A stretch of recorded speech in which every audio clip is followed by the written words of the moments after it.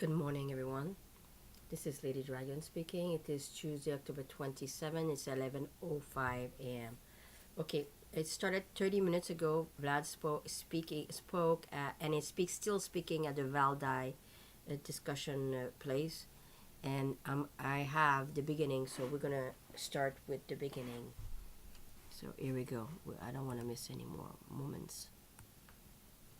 Vlad, il parle à la Valdai discussion forum. Puis on va écouter ce que Vlad a à dire, ok? Écoutez. There was even greater impatience because there are many topics for discussion. Yes, the forum was mostly dedicated to such themes as the world order, how it evolves, and most importantly, who wields the power in the world as of now, and whether that can be controlled. But we are observers, and you represent the authorities, so we would very much like to hear your views. Yes, if you'll allow me. Thank you. Distinguished participants of the plenary session, ladies, gentlemen, friends, I've had a look at the discussions that have taken place over these days here at Valdai. Very interesting, very substantive. I do hope that you do not regret coming to Russia. You have a chance to talk to one another. I'm very glad to see all of you. The Valdai Club gives us a forum to talk about tectonic shifts that are underway or that have already occurred in the world. We've spoken on many occasions about the risks associated with the decline of world institutions, the erosion of collective security principles, and the substitution of international law for the so-called rules. I wanted to say, you know who came up with those, but no one knows who came up with these rules, what underlies these rules, what's inside those rules. I think there is an attempt to introduce just one rule. For the powers that be, the global powers that be, should have a chance to do whatever they please and be, able to do whatever without any punishment, with impunity.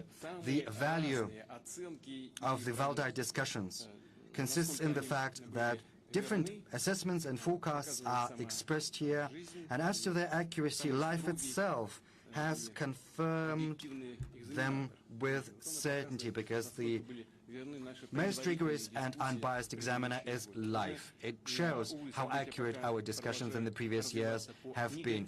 Alas, the developments are following the negative scenario so far, and we spoke about this negative scenario on multiple occasions during previous meetings. Moreover, these developments have turned into a large-scale systemic crisis, not just militarily political, but also economic and humanitarian. The so-called West, as it were, because there is no unity. We understand that this is a very complex conglomerate, but be that as it may, let's call it the West. Over the recent years, and especially over the last months, has taken several steps towards escalation. And they're always trying to escalate. There's nothing new in that. They're fueling the war in Ukraine, organizing provocations around Taiwan, destabilizing the world, food and energy markets. As far as the last one is concerned, it was not deliberate. We do not doubt that. It was due to a number of systemic errors committed by the Western authorities I've just mentioned. And as we can see, it's all been compounded by the destruction of European gas pipelines. This is incredible, but this is, however, something we're witnessing, these tragic events. Dominion of the world is precisely what the so-called West has decided to stake in this game. But this game is a dangerous, dirty, and deadly one. It contests the sovereignty of peoples and nations, their identity and uniqueness, and has no regard whatsoever for the interests of other countries. Well, we cannot say rejection directly, but this is basically what we see happening in life. And those who formulate these rules believe that others have no right to their unique path. Everyone needs to abide by these rules. And I would like to remind you of Russia's proposal addressed to our Western partners. The proposal to reinforce trust and build a system of collective security last December. Yet again, this proposal was cast aside. But in the modern world, it's not going to be possible to sit this one out. Whoever sows the wind will reap the whirlwind. The crisis has taken on a truly global magnitude. It affects everyone, and we should not entertain any illusions as to that. Humanity is essentially faced with two options. Either we continue accumulating the burden of problems that is certain to crush all of us, or we can work together to find solutions, functional if imperfect ones, solutions capable of rendering our world more stable and safer. You know, I've always believed in the power of common sense, and I still do. And that is why I'm convinced that sooner or later, both the new centers of a multipolar world and the West will have to embark upon an equal dialogue about our shared future. And the sooner that happens, the better, naturally. And in that regard, I would like to share with you some emphases which we find very important. The developments of today have relegated to the background environmental issues. As surprising as that may be, this is something I'd like to start with. And climate change is no longer in the headlines, but far from disappearing, these fundamental challenges are only growing worse. One of the most dangerous consequences of the environmental imbalance is a reduction in natural biological diversity. And right now I'd like to move to the topic we've all gathered for. Is other kind of diversity any less important? I refer to cultural, social, political, and civilizational diversity. At the same time, simplification, erasure of all differences, well, this is all but the essence of the modern world. But what is behind this simplification? First and foremost, it's the depletion of the West's creative potential and its desire to contain and to inhibit free development of other civilizations. There's also a direct self-serving interest hiding there. By imposing their values, consumer models, they seek to standardize these models. Our opponents, let me put it mildly, are trying to expand their markets for their products. So, you know, it's all very simple. And it's no coincidence that the West says that it's its culture and its world view that should be recognized as universal. They are not saying that outright, but this is how they behave. And they insist through their policies on everyone accepting these values unconditionally. Let me quote from Alexander Solzhenitsyn's famous Harvard address. Back in 1978, he said that the West, let me quote, has a blindness of superiority that continues, and this is what happens, and upholds the belief that the vast regions everywhere on our planet should develop and mature to the level of present-day Western systems. It was back in 1978. Nothing has changed since then. Over the last 50 years or so, this blindness Solzhenitsyn spoke of, by its nature, it's racist and neo-colonial, and it has taken on an unsightly form once the so-called unipolar world was established. But what can I say in response? Belief in one's own infallibility is a dangerous state, because it's but one step away from a desire by those who deem themselves infallible to destroy, obliterate those they do not like, as they say, to cancel thee. Let's think about the sense of this world, the meaning of it, even at the height of the Cold War, when the confrontation of systems, ideologies, and military machines where opposition was in full swing. It never occurred to anyone to reject, deny the very existence of culture, art, and science of your opponent. Yes, there were several restrictions with regard to educational, scientific, cultural, and regrettably sports relations. But be that as it may, both Soviet and American leaders of those days had an understanding that humanitarian field is very delicate. You've got to study your opponent and have respect for him and sometimes even learn from him to preserve a foundation for healthy, constructive relations for the future. But what is happening now? Back in their days, Nazis went as far as to burn books. Right now, the Western champions of liberalism and progress have slipped into banning Dostoevsky and Tchaikovsky. The so-called cancel culture is basically a cancellation of culture that annihilates everything that is alive and creative. It stunts the growth of free thought in economy, politics, and culture. The very liberal ideology itself has today changed beyond recognition.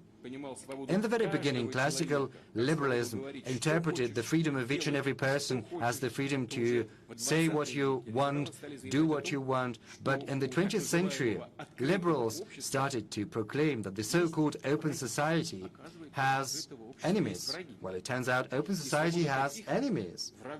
And the freedom of these enemies could and should be restricted, if not abolished altogether. And right now, they've reached an absurd situation when any alternative point of view is declared to be a subversive propaganda and a threat to democracy.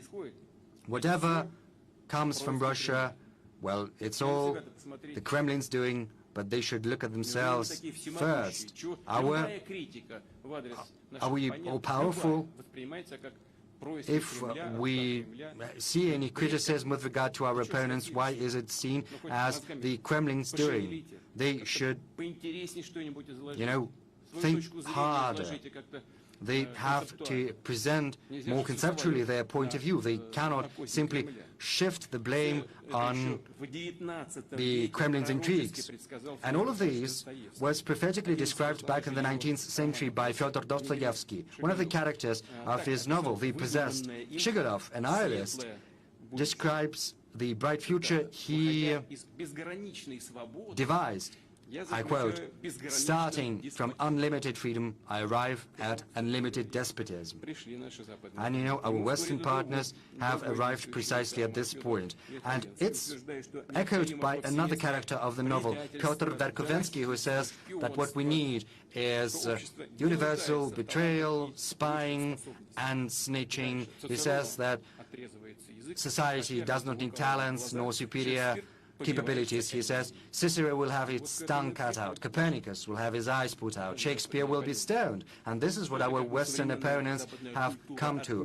What is it if not the current Western cancel culture? Because it was a great thinker, and I'm truly thankful to my assistants who've found these quotes. Culture. It's going to cancel those who presently have decided that they can do with the world culture as they please for some reason. And as they say, these people have an incredibly high opinion of themselves, but several years will pass and no one will remember their names, but everyone will remember Dostoevsky and Tchaikovsky and Pushkin, whatever anyone says. Standardization, financial, technological monopoly, erasure of all and every difference. This has been the foundation of the Western globalizational model, whose nature is neo-colonial, basically. And the task was clear, to reinforce absolute dominion of the West and the world economy and the world politics, to put to service natural, financial, intellectual, human and economic capabilities of the whole planet, doing that under the guise of the so-called new global interdependence. Let me recall yet another Russian philosopher here, Alexander Zinoviev. We are going to celebrate his centenary in a couple of days, on October the 29th. More than 20 years ago, he said that for the Western civilization to survive at the level it had attained, it would need, I quote, all of the planet as its habitat. It would need all the resources of humanity, and this is what they laid their claim to. It's so true.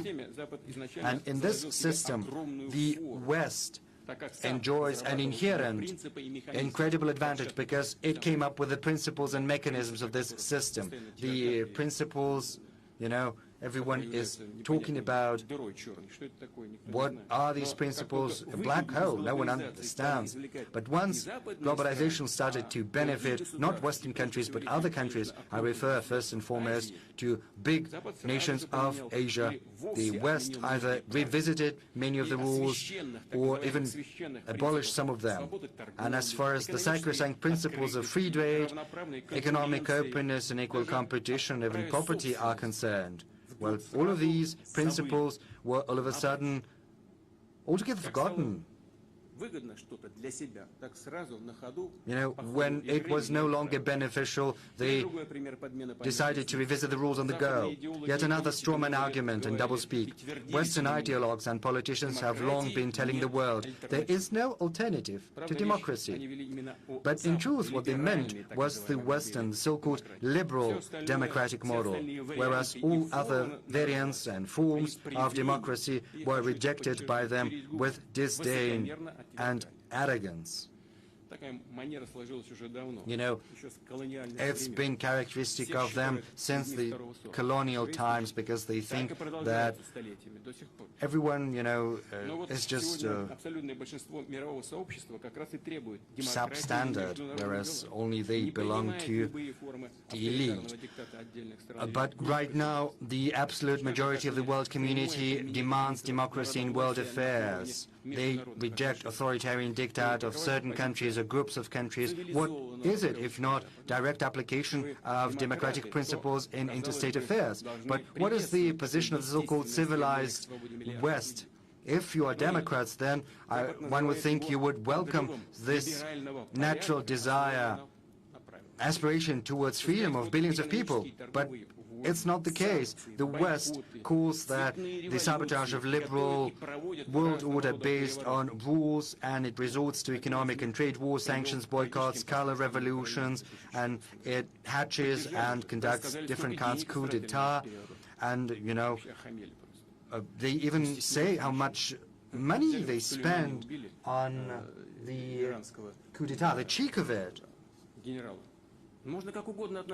Well, what about Soleimani, who was taken out? You can think whatever you want about him, but it's an official, a dignitary. He was killed in the third country. So, what is it? Washington, as its tradition, calls the current world order a liberal world order, but day in, day out, this world order begets more and more chaos, and it is becoming increasingly intolerant even with regard to Western countries should they attempt any kind of autonomy. And they even slap sanctions on their own allies unabashedly. And others are simply, you know, showing obeisance. Let's remember the July proposals of Hungarian parliamentarians who suggested that dedication to European Christian values and culture should be enshrined in a treaty on the European Union, but these attempts were seen not just as opposition but hostile sabotage. You know, someone likes them, some others, but we in Russia over thousands of years have seen a peaceful coexistence of different religions, but we do not require that they should be changed, neither Christian values, nor Muslim values, nor other religious values. We have to treat one another with respect. In a number of regions, and I know that firsthand, people go together to celebrate Christian and Buddhist and Muslim and Jewish holidays. Well, I think it's worth speaking about at least. This testifies to the ideological crisis of the neoliberal model of the world order. In the American fashion, they have no creative or positive agenda. They have nothing to offer to the world apart from retaining their domination. A true democracy in a multipolar world requires an opportunity for every nation, every society, every civilization to choose their own path, their own social and political system. And if the US and the EU enjoy this rule, then Asian countries, Muslim countries, the Gulf monarchies and countries of other continents should have this right, and Russia too, and no one will ever be able to dictate to our nation what kinds of society and on what principles we should be building. A direct threat to the political, economic and ideological monopoly of the West consists in the fact that the world can see the emergence of alternative social models, which can turn out to be more efficient, more vibrant, more attractive than the ones that exist as of now. And these models will emerge and develop. This is inevitable. Incidentally, American political scientists, experts, are writing on the subject directly, but the powers that be do not listen to them. But they can't help seeing that these ideas are being expressed and voiced on the pages of political science journals and in discussions. This development should be based upon a dialogue of civilizations, with an emphasis on spiritual and moral values. Yes, different civilizations have a different understanding of a human being and his nature, but it's only at the surface, because all of them recognize the highmost value and spiritual nature of a human being. And the foundation is of paramount importance. The foundation upon which our shared future is going to be built. I would like to point out the following. Traditional values are not a fixed set of principles everyone must abide by, far be it from it. The difference from the so-called liberal values consists in the fact that all of them are unique because they stem from a tradition of concrete society, its culture and historical experience. This is why traditional values cannot be imposed on anyone. You need to simply have respect for them. Treat with care what has been devised over centuries by each and every people, each and every nation. This is our understanding of traditional values, and this approach is shared and accepted by the majority of humanity. It's only natural, because traditional societies of the East, Latin America, Africa and Eurasia form the backbone of world civilization. Respect for the unique characteristics of nations and civilizations, this is in the interest of each and everyone, because it even suits the interests of the West, because it loses its superiority, turning into a minority in the world arena. And of course, the right of this Western minority to its own unique culture, unique identity, should be guaranteed. Unconditionally, we have to treat that with respect, but the same should apply to the rights of everyone else. If the Western elites believe that they can, introduce into the society and the consciousness of the society such bizarre, trendy notions as dozens of genders or pride parades, well, let them do that. Let them do whatever they want, but they do not have the right to demand that others should follow in their footsteps.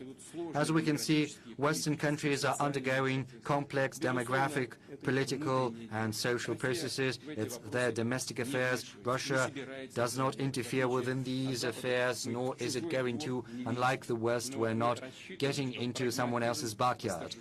But we hope that pragmatism will emerge victorious, and the dialogue between Russia and the genuine traditional West, as well as other equal centers of development, all of that is going to be an important contribution to the construction of a multipolar world order. I would like to remind you that the multipolar world is the only chance for Europe to rebuild its political and economic autonomy. Well, I'm not going to hide it. We understand, and even Europe says it. Right now, this autonomy of Europe, let me put it mildly, not to offend anyone, this autonomy is very restricted. The world is diverse in its nature, and the attempts of the West to make everyone fit the mold are objectively doomed. Nothing will come of it. The overconfident strive to global leadership, and in essence to dictate, or maintaining the leadership through dictate, is in reality leading to the lower international standing of the U.S., including the U.S. It leads to growing mistrust to their capability to deal with anyone in general. One thing today, another thing tomorrow. You sign the document and then you tear it apart. There is no stability whatsoever in anything. How we can talk to them, sign documents? Can we rely on them? It's unclear.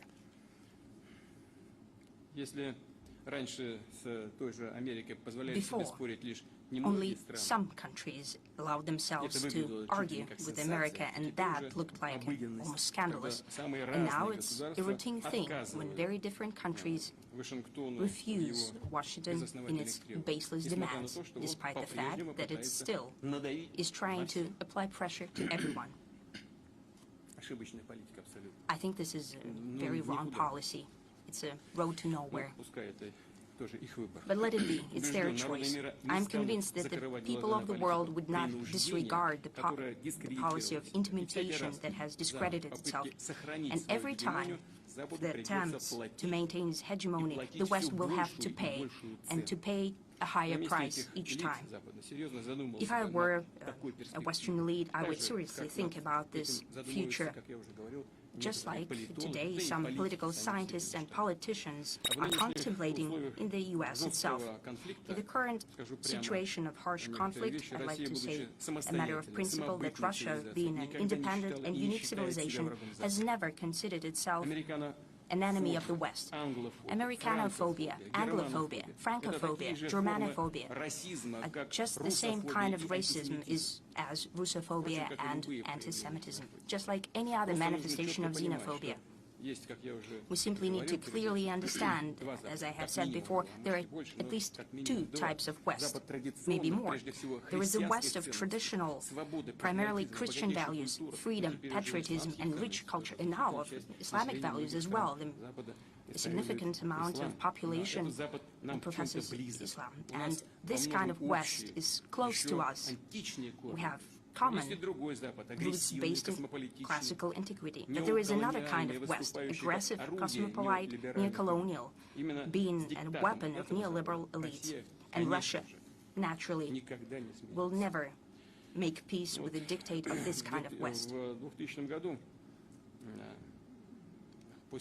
In 2000, after I was elected the president, I remember fully well, and I'll always remember this. I remember what price we've paid for annihilating the terrorist den in the Northern Caucasus when the West has practically openly supported here. Grown-up people here, and you know what I'm talking about here. We all know that was the fact of life. It was financial, political, and information support that was rendered. We've all lived through that. Moreover, the West did not only actively support terrorists on the territory of Russia, but it has largely nurtured this threat. We knew that. Nevertheless, after the situation has stabilized, when main terrorist groups were decisively defeated, thanks to the courage of the Chechen people as well, we've made the decision not to look back, not to hold grudges, but rather to move forward and to build relations, including with those who basically worked against us. We decided to build relations with everyone who wanted to do that, based on mutual benefit and respect to each other. We thought it was in our common interest. Thank God, Russia has survived through all the hardships of that time. We persevered, we coped with domestic/external terrorism. We maintained our economy, and it continued to grow. Our military capacity increased. We're trying to build relations with the leading countries of the West, with NATO as well. We had one message: Let's stop being an enemy to each other. Let's live in harmony. Let's build a dialogue, build trust, and therefore peace. In that, we were absolutely sincere. I'd like to highlight that. We understood clearly how complex such rapprochement would be.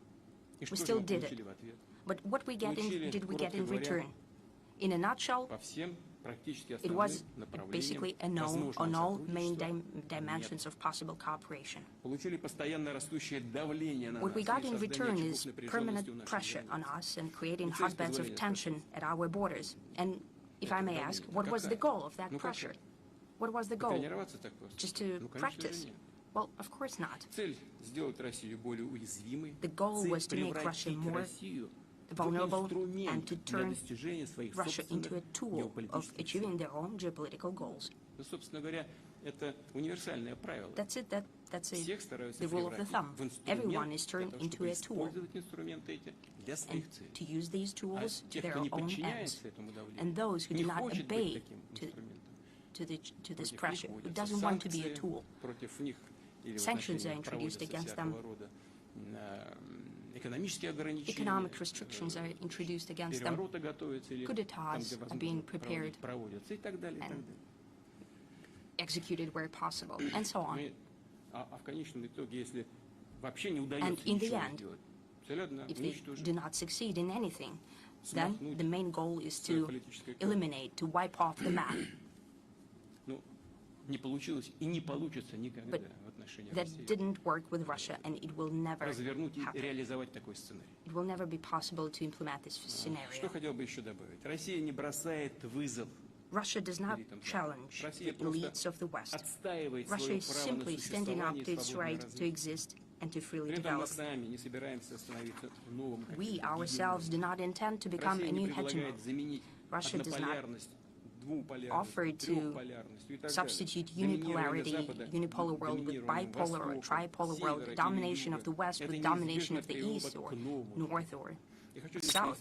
That would lead to yet another dead end. And I would like to quote the words of a great Russian philosopher Nikolai Danilevsky, who believed, and I quote, that the progress is not everyone marching in the same direction as our opponents are trying to make us, but rather, well, the progress would soon cease in that case, says Danilevsky.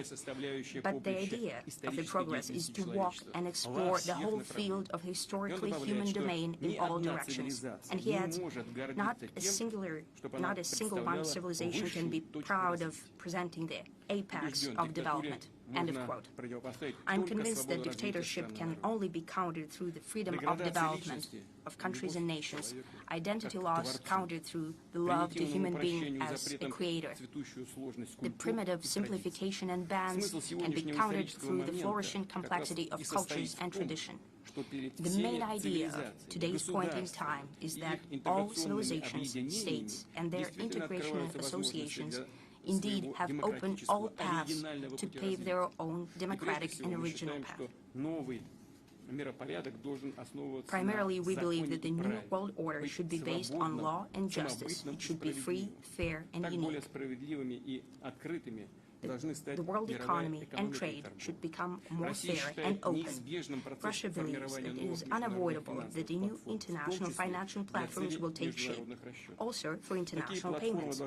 Such platforms should be outside of any national jurisdiction. They should be safe, depoliticized, automatic, and they should not depend on one single governance center.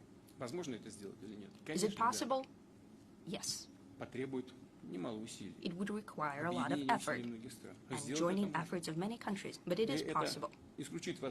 And that would rule out possible abuse in new global financial infrastructure that would allow to effectively, beneficially, and safely and securely do without dollar and other so-called reserve currencies in international payments.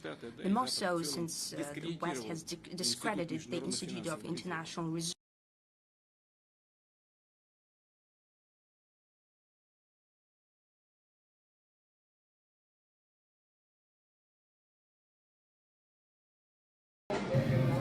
They don't take big shows. Hamas, elle a fini, là. C'était intéressant ce qu'il disait là. Hold on a second. I need to get...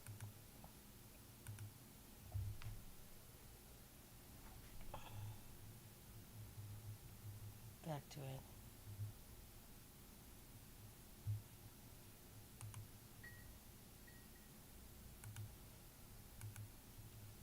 C'était intéressant, j'écoutais ce qu'il disait là.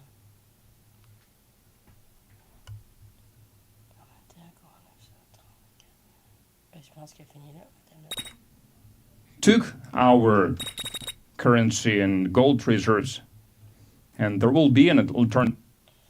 Okay, je pense qu'ils ont changé là. Ils ont coupé la patente. Puisqu'on l'a début. Je pense qu'ils ont coupé. Vous savez que c'est bien difficile d'avoir. There was even greater impatience because there are many topics for... Primarily, we believe that the new world order should be based on law and justice. It should be free, fair, and unique. In the end, if they do not succeed in anything, then the main goal is to eliminate, to wipe off the map.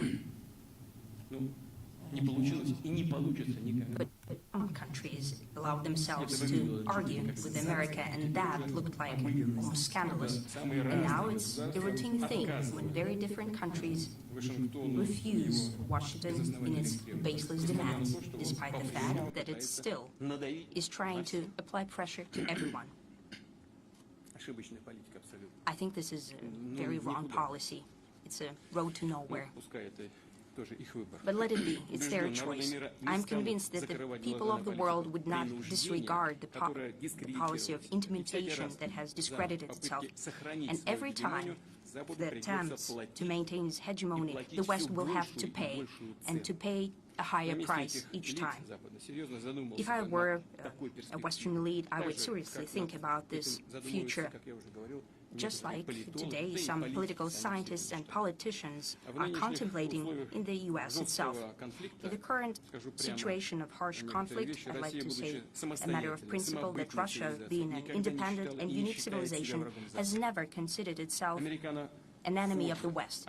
Americanophobia, Anglophobia, Francophobia, Germanophobia, just the same kind of racism is as Russophobia and anti-Semitism, just like any other manifestation of xenophobia. We simply need to clearly understand, as I have said before, there are at least two types of West, maybe more. There is the West of traditional, primarily Christian values, freedom, patriotism, and rich culture, and now of Islamic values as well. A significant amount of population professes Islam, and this kind of West is close to us. We have common roots based in classical antiquity. But there is another kind of West, aggressive, cosmopolite, neo-colonial, being a weapon of neoliberal elites. And Russia, naturally, will never make peace with the dictate of this kind of West. In 2000. OK. Là, je sais qu'on le recule un petit peu, là, mais c'est pas grave. Qu'est-ce qu'il dit, c'est important. OK. Là, il parle. Sinon, je t'ai demandé d'aller là-bas. OK. Là, ça a l'air qu'ils vont couper sa parole, puis on va avoir un autre morceau après. Fait que je vais le laisser jouer, là, puis quand ça va couper, on va continuer. J'ai un autre feed. C'est bien difficile d'avoir les feeds de lui, là. I told you yesterday, I never get the beginning. I got the beginning, and now I'm trying to get the end. OK? Because he's still speaking, that's the thing. They're just cutting pieces. It's very difficult. So please bear with me. Comme j'ai dit hier, c'est bien difficile d'avoir le début puis la fin de l'histoire. Là, j'ai eu le début, mais là, j'ai de la misère à avoir la fin parce qu'il parle encore puis il coupe des morceaux. Fait qu'on va... il reste 4 minutes, là. Il va parler 4 minutes puis moi, switcher... parce que qu'est-ce qu'il dit, c'est important, là. Moi, quand je vais switcher à l'autre morceau, je vais vous expliquer. After I was elected the president,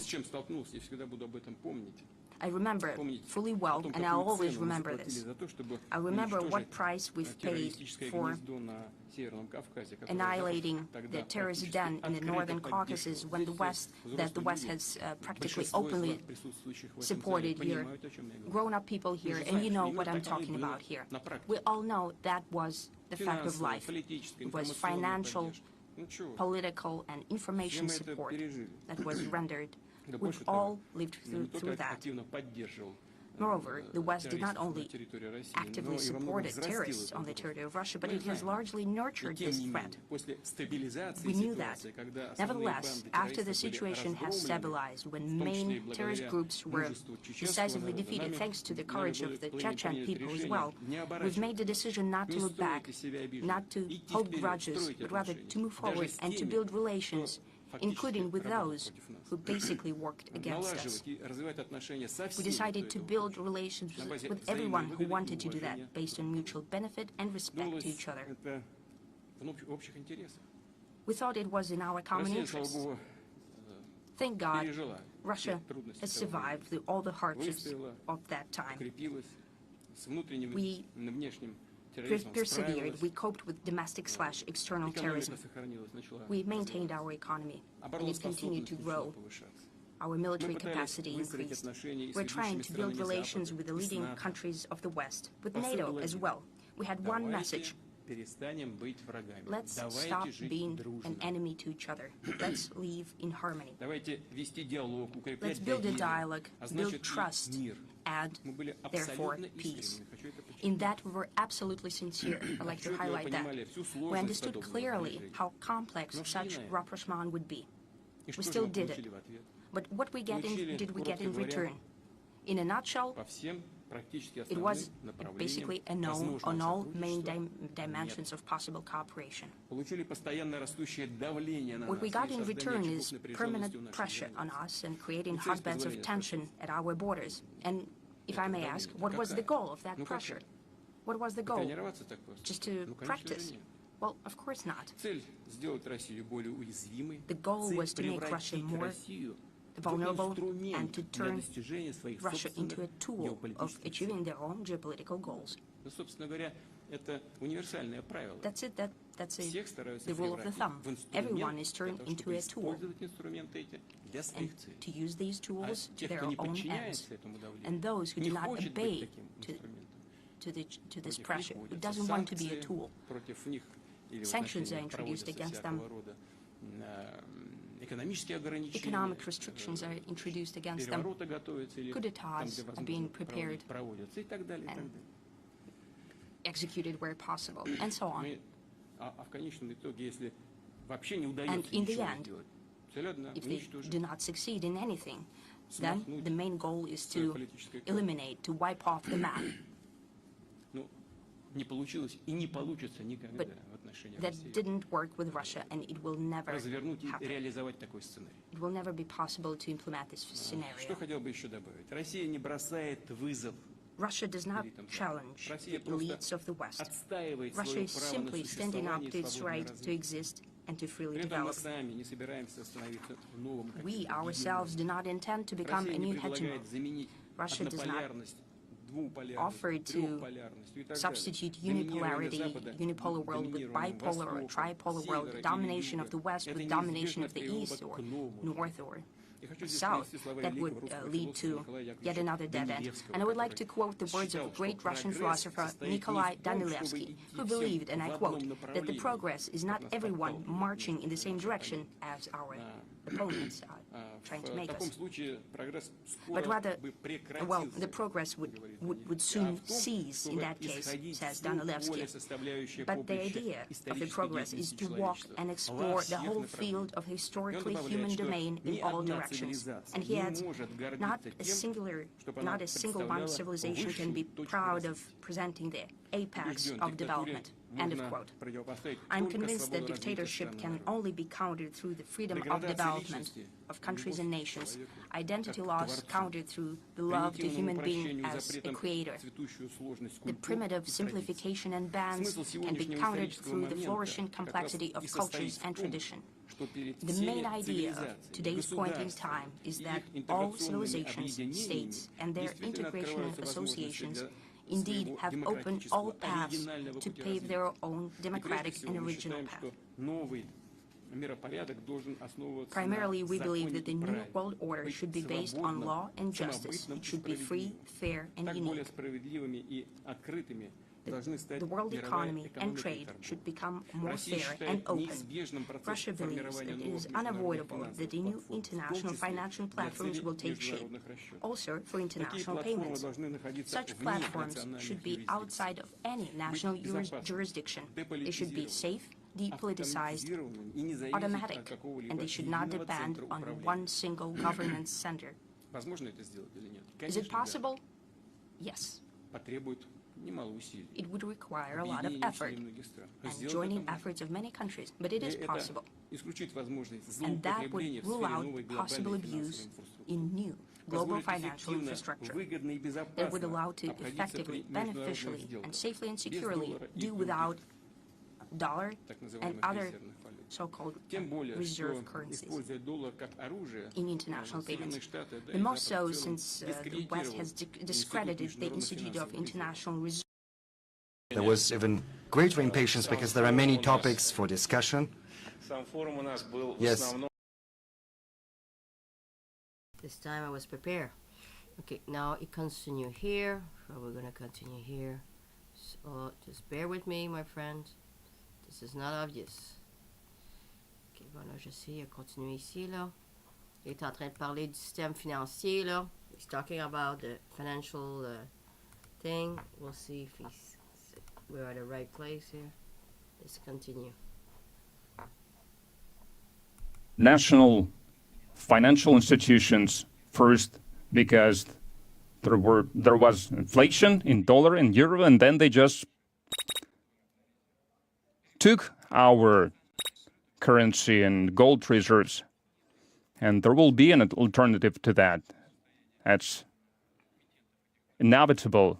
It depends on the emittance of these currencies, on the state of their economies, but it will get stronger. And these settlements, gradually, they will start dominating, because that's the logic of the sovereign economic and financial policy of a multipolar world. And new centers of the global development, they have unique know-how and expertise in various fields. And in a lot of areas, they can compete successfully with the Western transnational corporations. Obviously, we have a common pragmatic interest in an honest and open scientific and technological exchange, because together we can do more than individually and separately. The majority should benefit from that, not only some rich corporations. And what is the situation now when the West is selling drugs or seeds to other countries? They want them to kill their pharmaceutical industry and agricultural industry. When they send some machines, they are killing local machine building industry. Back when I was head of the government, I understood that. When you open your market, that's it, local manufacturers are done, and it is impossible for them to raise their heads again. That's how they build these relations.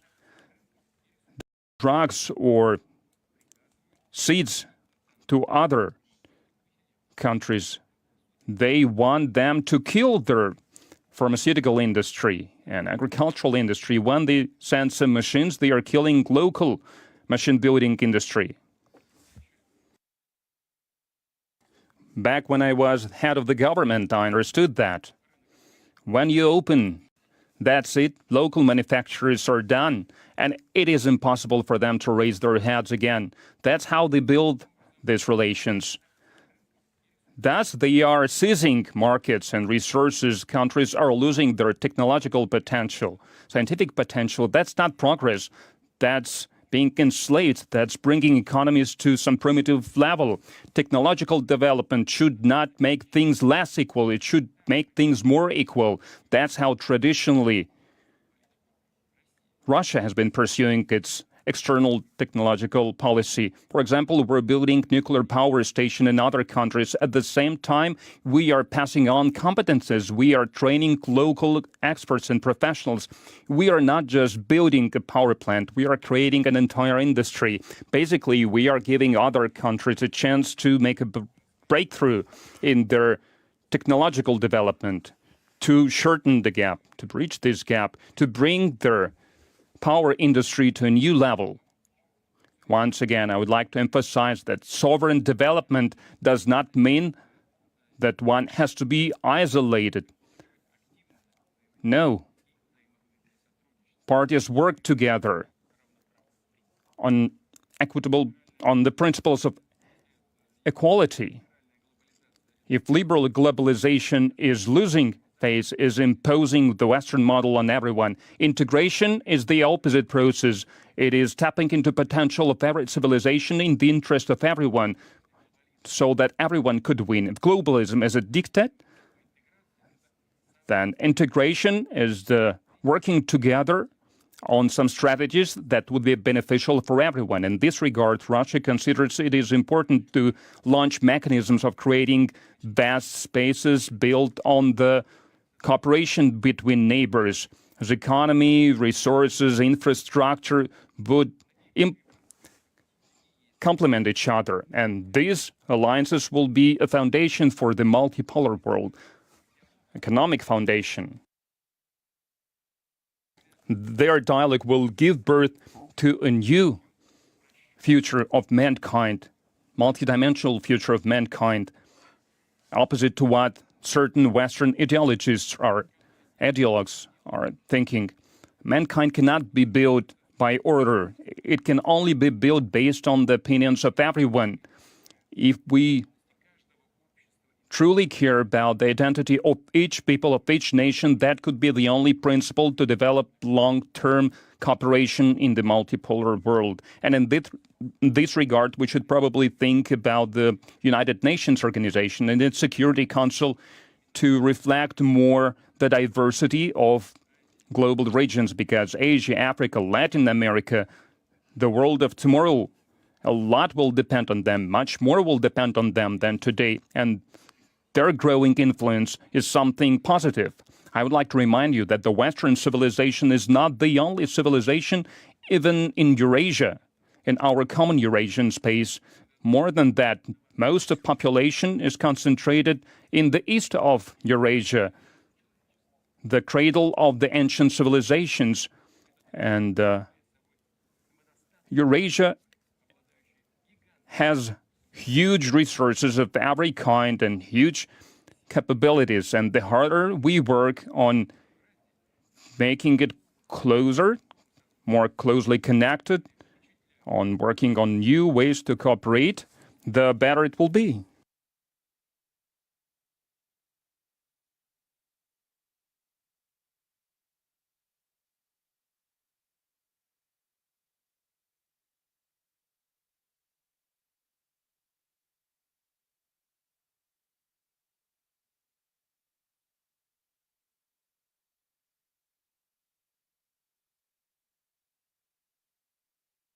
I don't know why I don't have any sound.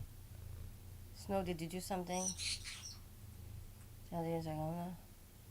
Hey, c'est compliqué en temps de Val le matin. Non, c'est eux autres, là, c'est pas moi. Snow, did you do something? No. Snow says didn't do anything. Bon, on va attendre. Je te dis.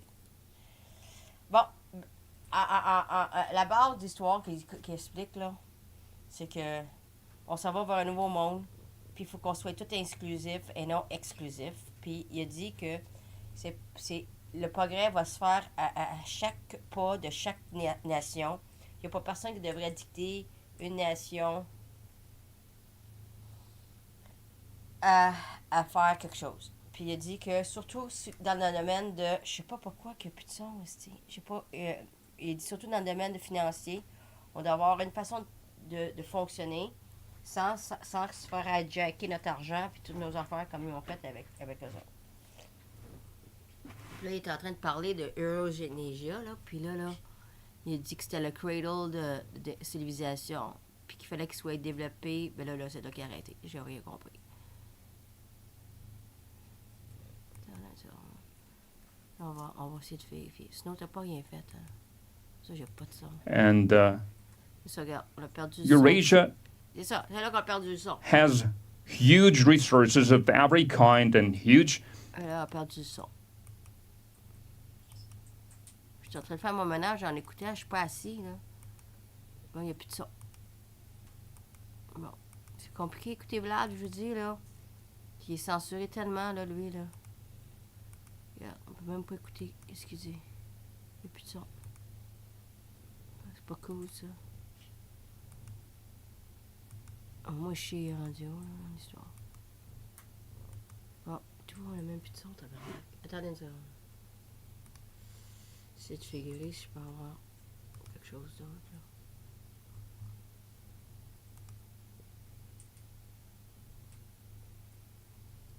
On parle encore, ça a l'air. Social issues. There are still many issues of different kinds. And if to be disappointing to me that I have to well, we need them all the time, organizational conclusions. Attendez une seconde. Moi, j'ai jamais vu un enfant de même. Essayer d'écouter quelqu'un si compliqué que ça. Ça me regarde tout découragé.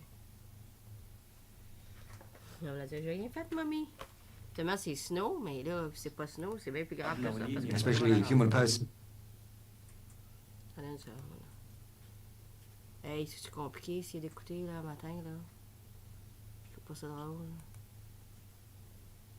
Il y a plein de monde important là-bas qui l'écoute, là. C'est important, là.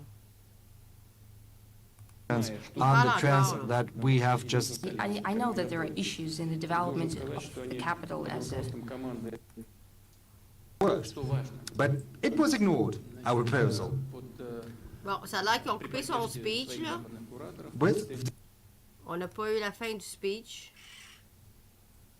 Mais on l'a live, cette là. Fait qu'on va aller... On va aller ici, là. Je sais pas. On va aller ici. Bon. On va reculer, là. Qu'il s'assied puis il parle avec le monsieur. Constitutions first, because there was inflation in dollar and euro, and then they just Oh là. took our currency and gold reserves, and there will be an alternative to that. That's inevitable. It depends on the emittance of these currencies, on the state of their institutions first, because there was inflation in dollar and euro, and then they just took our currency and gold reserves, and there will be an alternative to that. That's inevitable. It depends on the emittance of these currencies, on the state of their economies, but it will get stronger. And these settlements, gradually, they will start dominating, because that's the logic of the sovereign economic and financial policy of a multipolar world. And new centers of the global development, they have unique know-how. Oui, mais c'est pas... Ça, c'est qu'est-ce qu'on vient d'écouter, là. Là, c'est pas celui-là que je veux, c'est celui-là. Attendez une seconde, là. Quand j'ai eu un refresh, là, pour être sûr qu'on a le plus... Bon, ça, c'est 33, 18, puis ça, c'est... We're creating a judicial center. we need them all the time, organizational conclusions, especially human personnel, human resources. We Bon, là, on n'a pas la fin du speech, mais on a le... We don't have the end of the speech, but we have the beginning of this. It's an hour long, I'm just saying. new people who are capable of working at a better level than the previous generation. But I cannot say that there is anyone who turned out to be disappointing to me that I have to, let someone go. Very good, thank you. Mr. President, in February you took the decision to launch a special military operation. It came as a surprise to all, especially to the majority of Russian citizens. On many occasions, you've given an explanation of the rationale as well as the causes, but still, this is a decision of such magnitude which cannot be taken without a special impetus, a special nudge. What did happen before this decision was taken?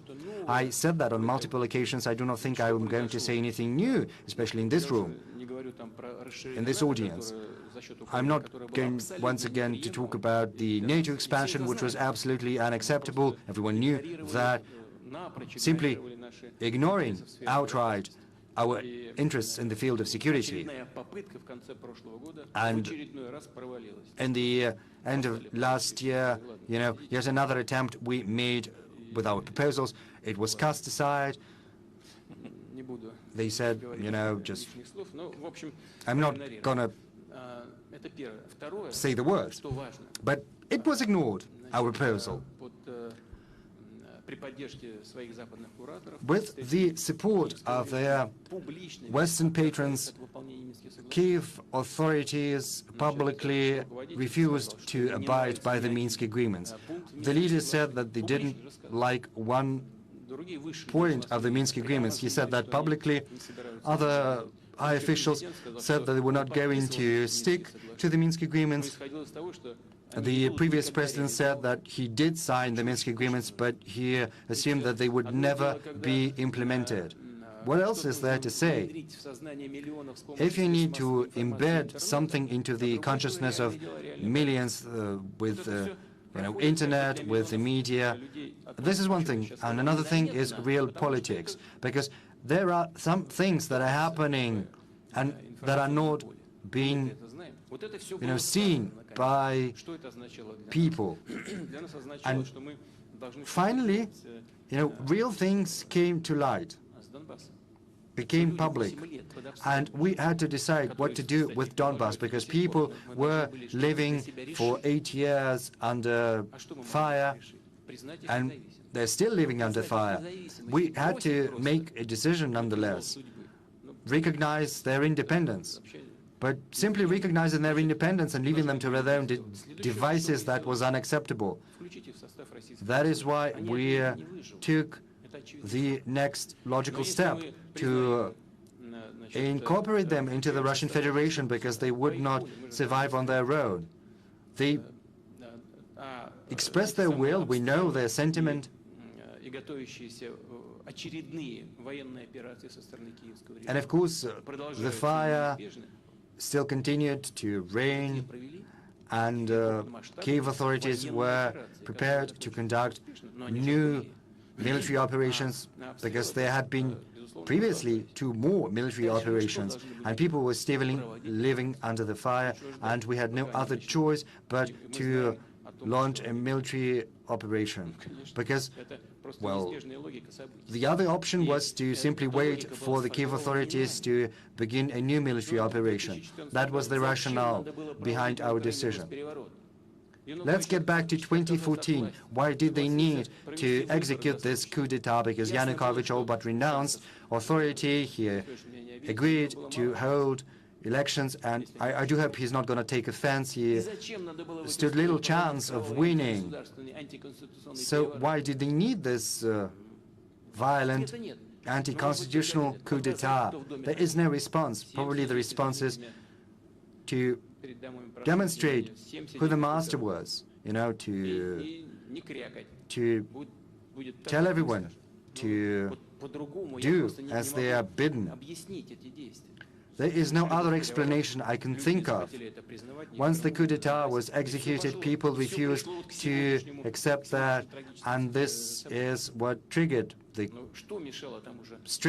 string of tragic events.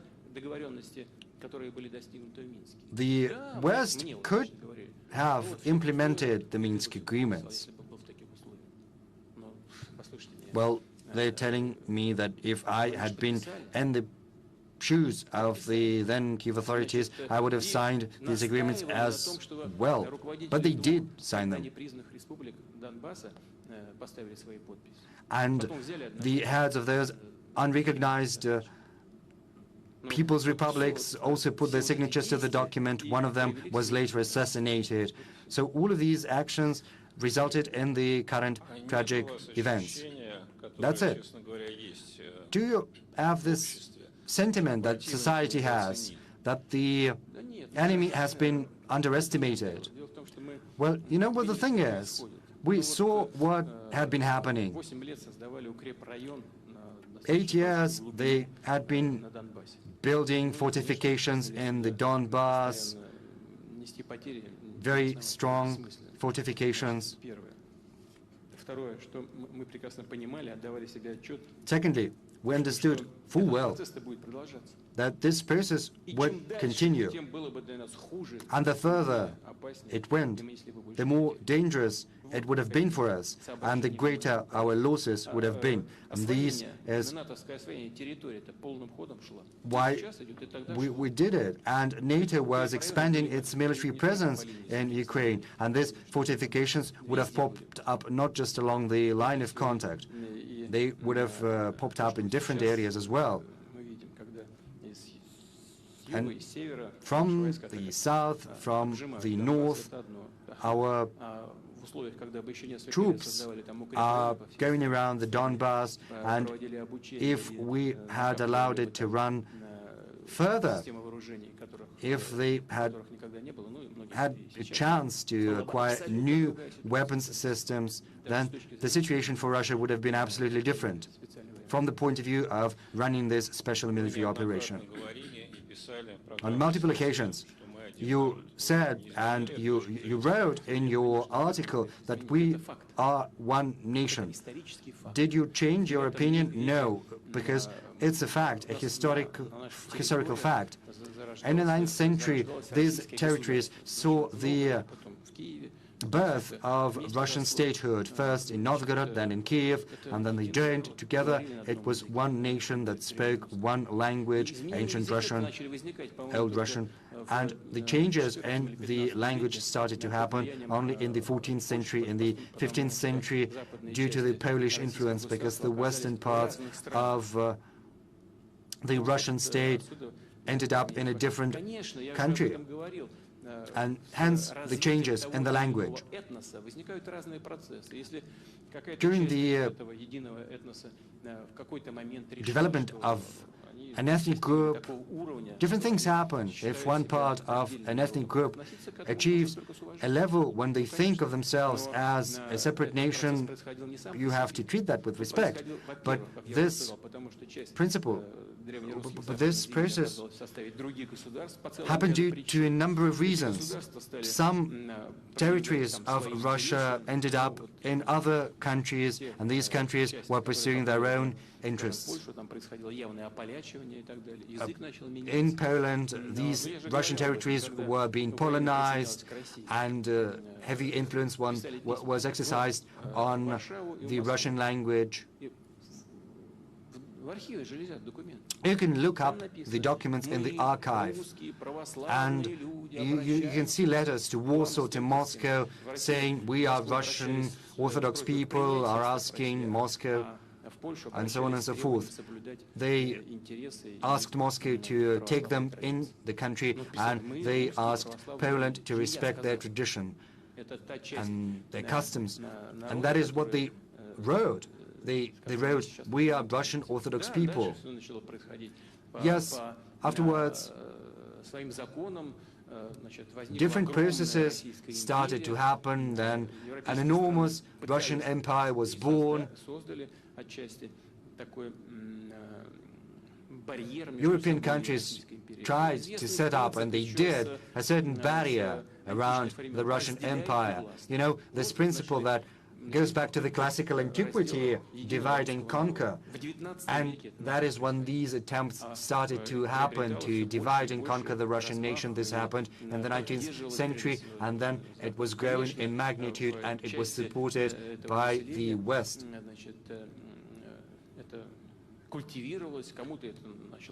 And some people liked that. They liked that their language was unique, their customs were unique. This is the result of this divide and conquer policy.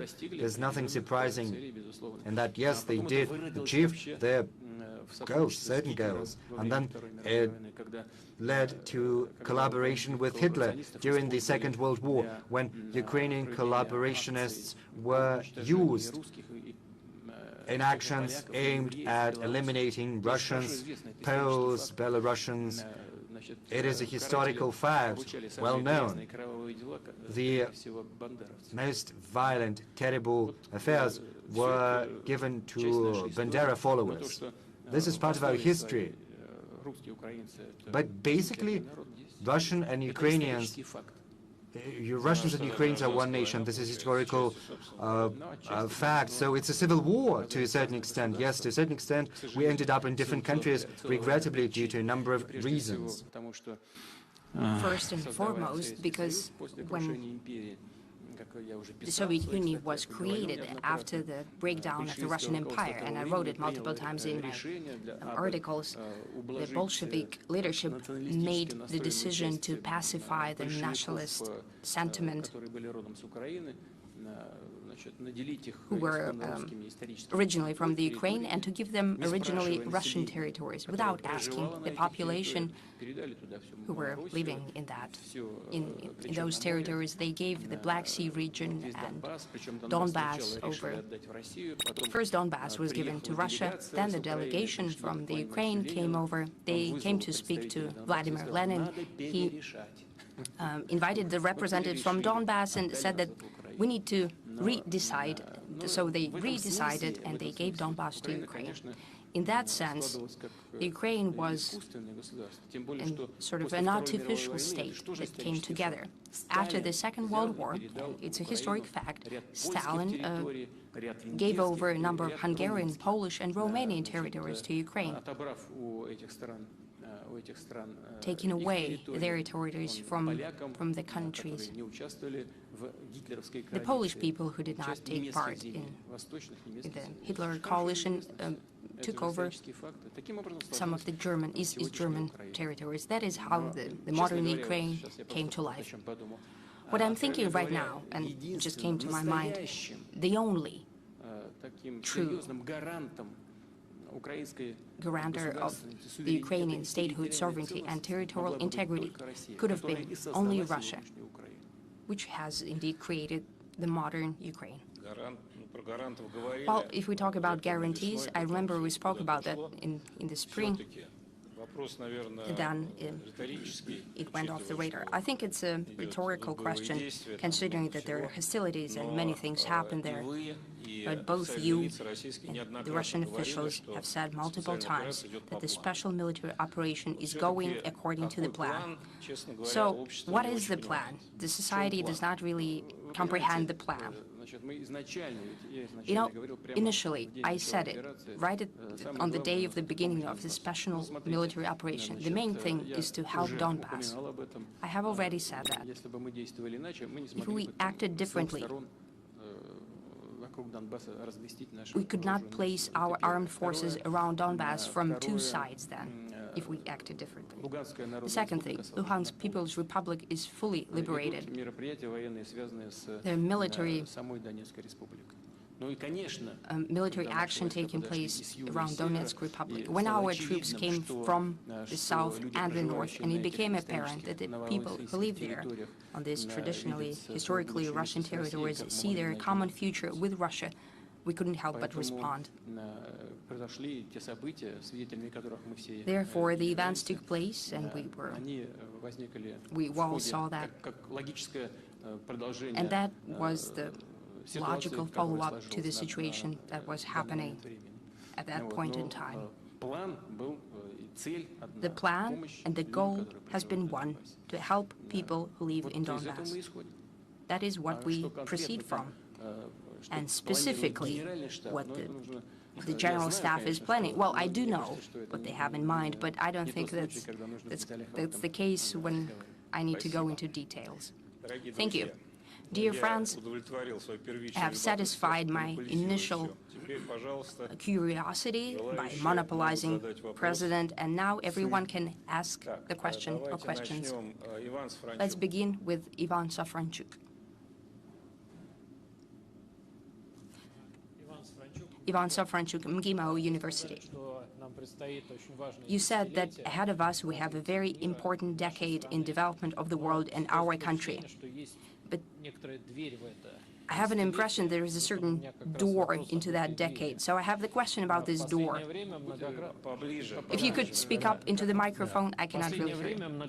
Lately, there is a great increase in nuclear rhetoric.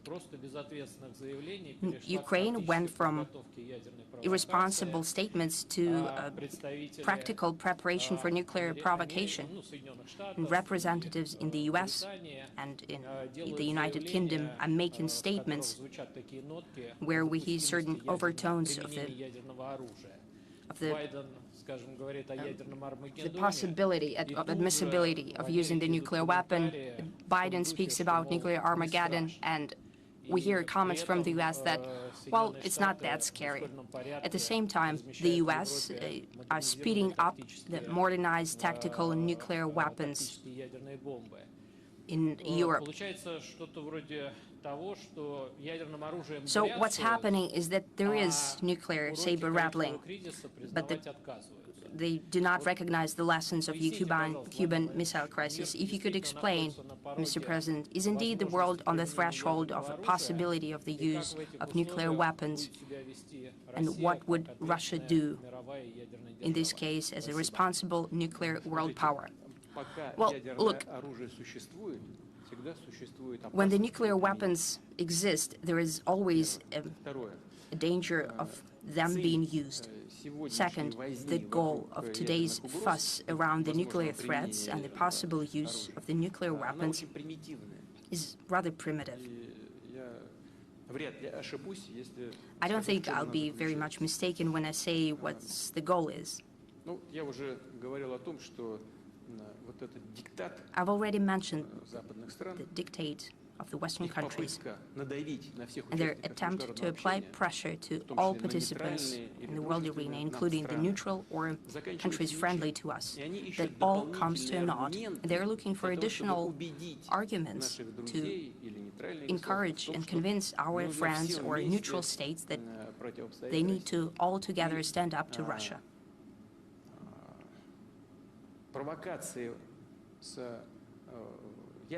The provocations with the use of nuclear weapons, building tensions about the very notion of Russia using the nuclear weapons,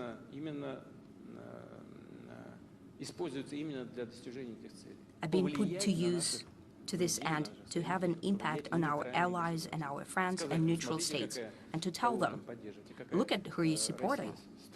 Russia is so scary. You shouldn't support it anymore. Don't cooperate with it. Don't buy anything from them. Don't sell anything to them. That is a very primitive goal. What's happening in reality?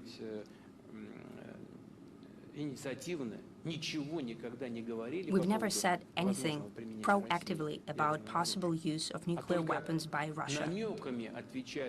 We have only hinted in response to those statements that the Western leaders have made. Madam Liz Truss, the ex-Prime Minister of the United Kingdom, she said it directly in her conversation with a representative of the media. She said that the UK is a nuclear power, and the Prime Minister has in his mandate the possible use of nuclear weapons. Well, I'm not quoting her, and she said that she's prepared to do that. And no one responded in any way.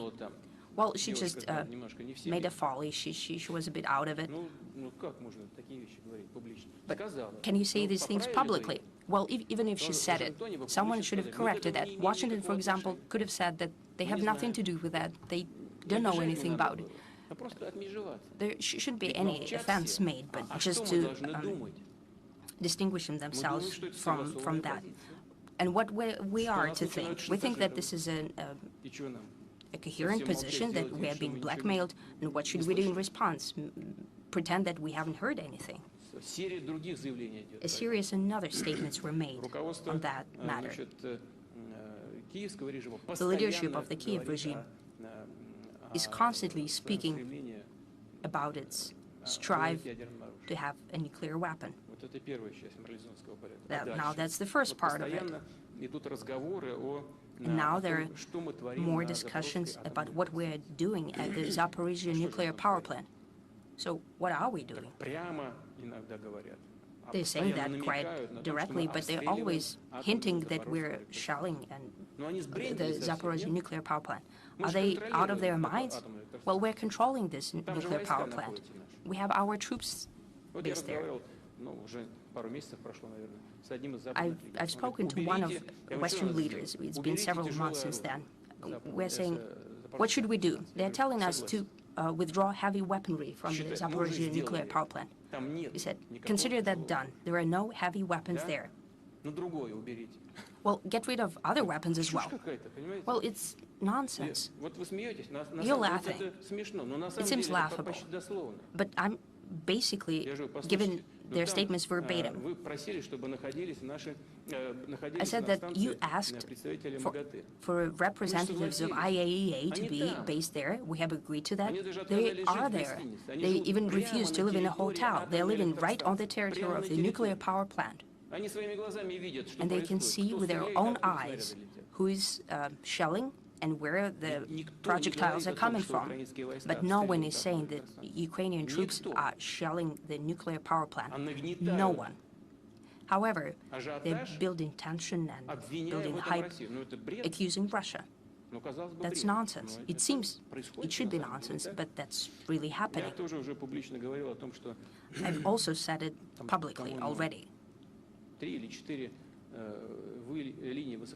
I think there are 3 or 4 high-voltage transmission lines that have been down by the Kiev regime around the Kursk nuclear power plant. Unfortunately, FSB didn't catch them, but I hope they will in the future.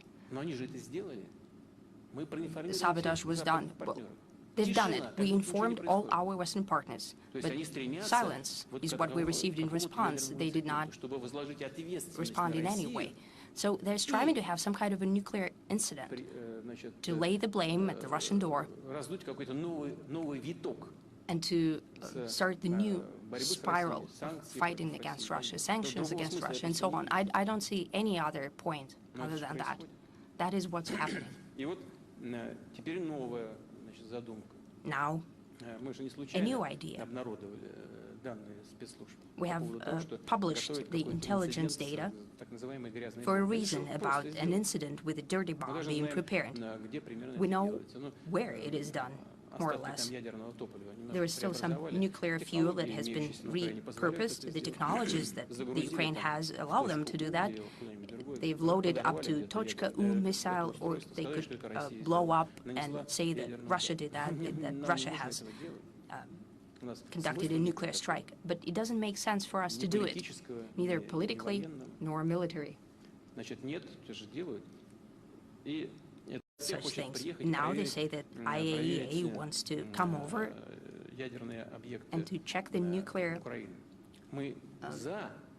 installations in the Ukraine. We are for it. It needs to be done as soon as possible, and the inspection should be as wide as possible, because we know that right now the Ukrainian authorities are trying to get rid of all the traces of their preparations. We know that.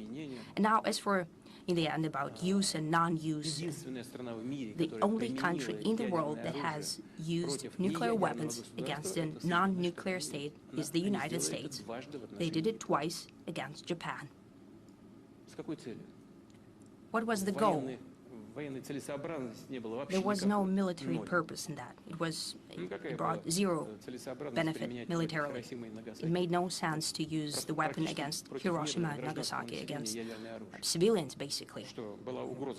Was there a territorial threat to territorial integrity of the U.S. or their sovereignty? No, of course not.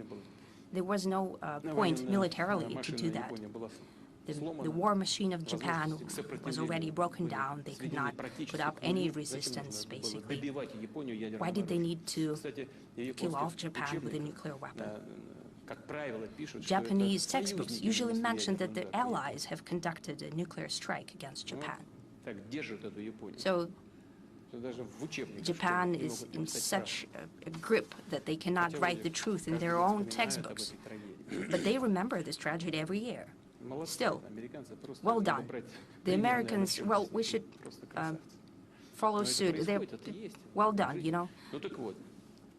That's what's happening. So the U.S. is the only country in the world who has used nuclear weapons. And it was done by them because they believed it to be in their interests. As for Russia, we have our military doctrine. Let them read it. There are specific articles in the doctrine dedicated to the cases and how Russia believes it possible to use the weapons of mass destruction as nuclear weapons to protect its sovereignty, territorial integrity, and to ensure the safety of the Russian people. Tomorrow, we're celebrating 60 years since the height of the Cuban Missile Crisis, when they decided to pull back. Can you imagine yourself in the role of one of the leaders? Well, apparently Khrushchev. Not in any case, no. We'll not get to that. Well, I cannot imagine myself as Khrushchev. Not in any case. Well, as a leader who will have to solve this kind of issue, we're prepared to solve any kind of issue. We do not refuse to do that. December last year, we have proposed to the United States to continue our dialogue on strategic stability. No response since December last year. We've received silence. If they want to, we're prepared. But if they don't, it's okay. We're developing our own modern technologies and delivery systems, including hypersonic weapon systems. We're self-reliant. We don't need anything.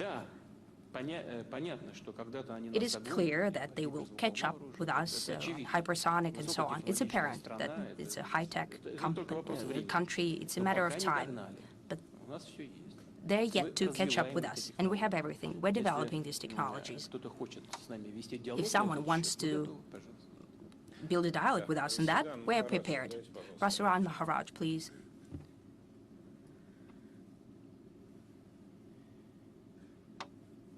Thank you very much.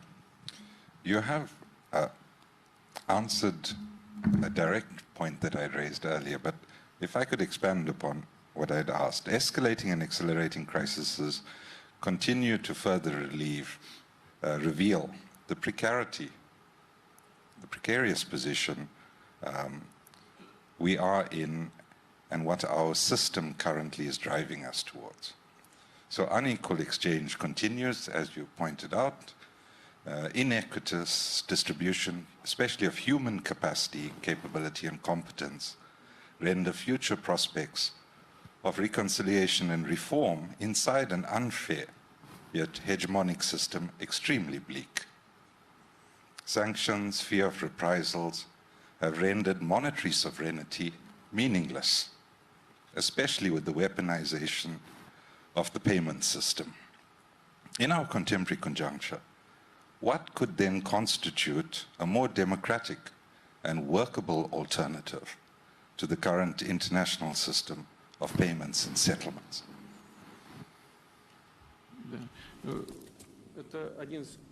This is one of the key questions. One of the key questions of today's development and the future, not only the financial system, but also of the global world order. I think you've hit the bullseye here. After the Second World War, the U.S. has created a Bretton Woods system and has fortified it and enforced it in many dimensions. They've created international institutions under their control. In the sphere of finance, international trade, now these systems are failing. And a major mistake by the U.S. was to use dollar as a weapon in the fight for their political interest. That undermines the trust to dollar and other reserve currencies. It undermines the trust drastically, and I know what I'm talking about here. Now everyone is doubting whether they should have international reserves in dollars. It's not that easy to step out of the dollar system because they have created a powerful system that keeps all the reserves in their grip. It's very hard to de-dollarize, but everyone is thinking about the future. I've already said it. but it bears repeating. How we see the future of the international financial system. Well, it's a general message, but still, each country should have opportunity for sovereign development, and it should be ensured. And we need to treat with respect the choice of every country. That's important. Also, in respect to international financial system, it should be independent, depoliticized, and naturally it should be based on the financial system of the leading countries of the world. If it will be created, and it's a very complex process, still it is possible, then the international institutions will work more efficiently as well. They have to be either reformed or built anew, and these institutions will provide assistance to those countries that are in need of such help. And first and foremost, this new financial system should be built and created in such a way that it transfers knowledge and technology. And if we do that, if we bring all these components together, then the very economic model and the financial system will meet the interests of the majority, not just the interests of the so-called golden billion, which we have been speaking about. And as a precursor to this system, we could cite the need for expanding transactions and settlements denominated in national currencies. Given the fact that the U.S. financial authorities are using dollar as a weapon, hampering transactions, not just in our case and our partners, but also in the case of other countries. Well, given that, this desire for independence will push forth transactions denominated in national currencies. I think in India, 53% of our transactions are done in national currencies, and 27% with some other countries, and we're also creating the same system for other countries. In China, we are carrying out transactions in rubles and renminbi, and the same goes for other counterparts. As far as our own financial system is concerned, I think the main avenue is to create a system that is depoliticized, that is based upon national monetary systems. And this should be built to create a supranational currency system that is going to secure transactions. This is possible. This is practicable. And introduce yourselves when you ask a question. Alec Iskandaran, please.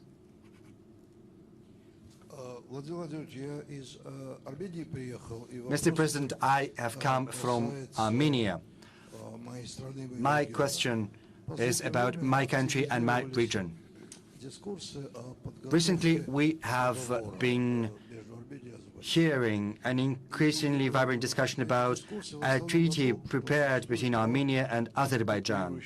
And these discussions highlight that there are two competing projects: the Russian project with Russia as an intermediary and the West project with the West.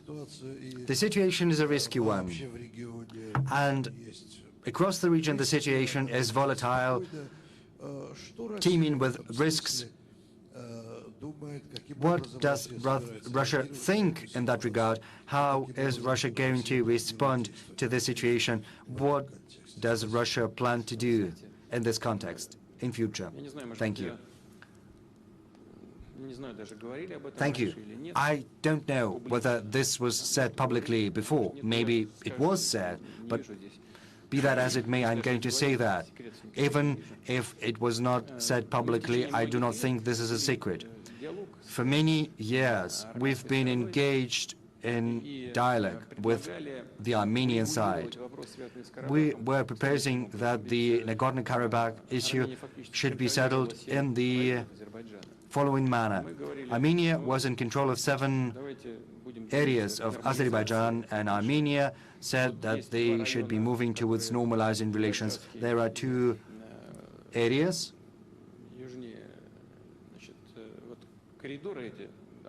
Next to the corridor. These are big areas.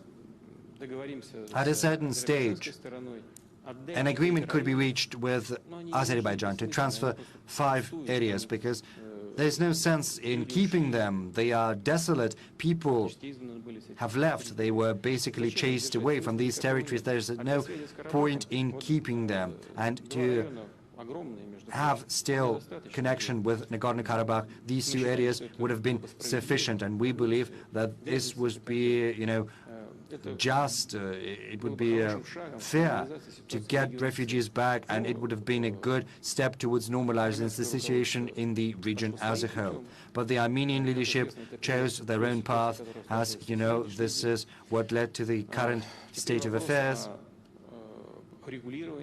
Now a question begs itself of how to resolve this issue and how to achieve a peace settlement. We believe, and this is our position, that there is a need for a peace treaty, and we support peaceful resolution, as well as the delimitation of the border and the settlement of all the other border issues. The question is which path to choose, but it is up to Armenia and to the Armenian people and leadership to decide. Whatever option they choose, should it lead to peace, we will support it. But we are not going to impose anything. Nor can we dictate our will to Armenia. We're not going to. If the Armenian people and the current Armenian leadership believe that a certain option is preferable, as far as I understand, it can be the Washington draft, which recognizes Azerbaijan's sovereignty of Nagorno-Karabakh. If Armenia deems that acceptable, well, let it be. We will support any choice the Armenian people makes.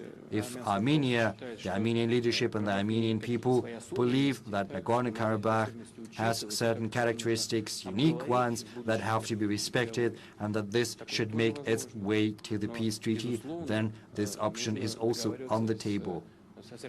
But they need to secure agreement from Azerbaijan. These conditions, these terms have to be acceptable to the other side as well. This is a complex matter. But Armenia is our strategic partner and an ally of ours. And to a large extent, we, of course, have respect for the interests of Azerbaijan, but we will support Armenia's choice.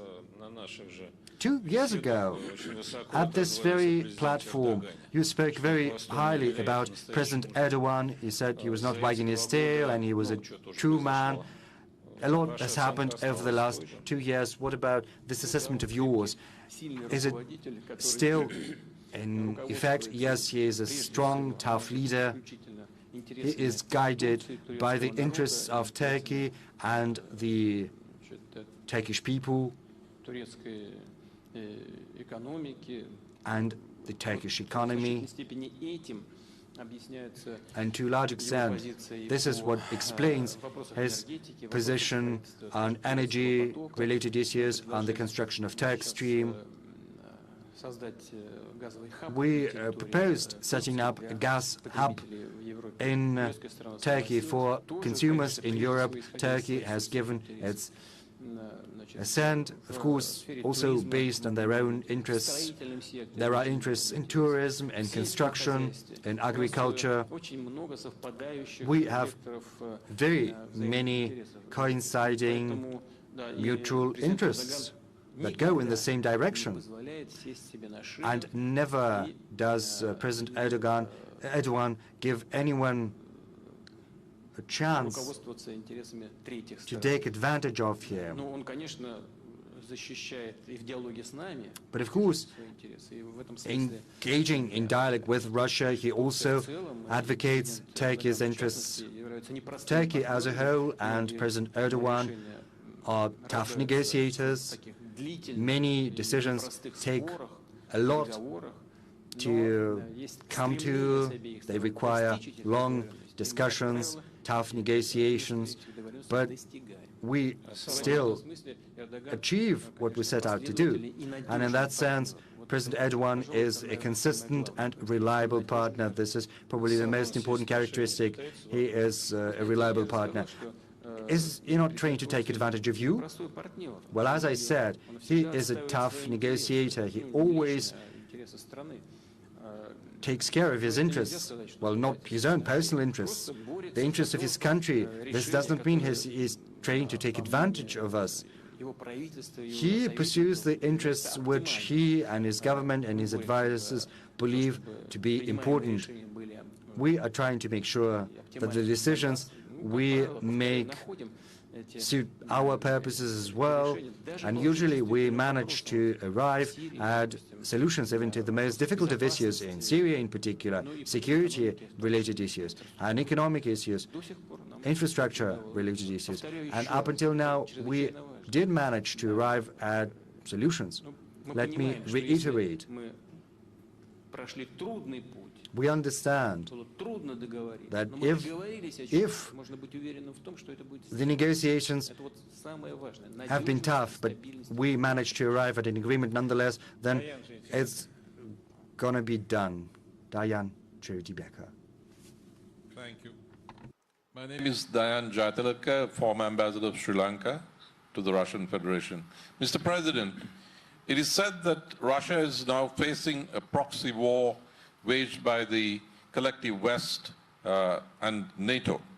If so, it is probably the most serious threat faced by Russia since 1941.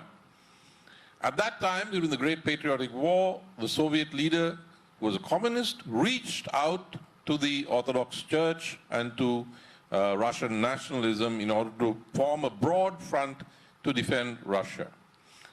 Would you say that in a similar spirit, you would revisit the Soviet-Russian past, the communist heritage from 1917, to extract any useful elements of it, including the history of the Red Army? And would you think it worthwhile to reach out to the communist elements, however few they are in Russia, to join in a broad patriotic front? Thank you. My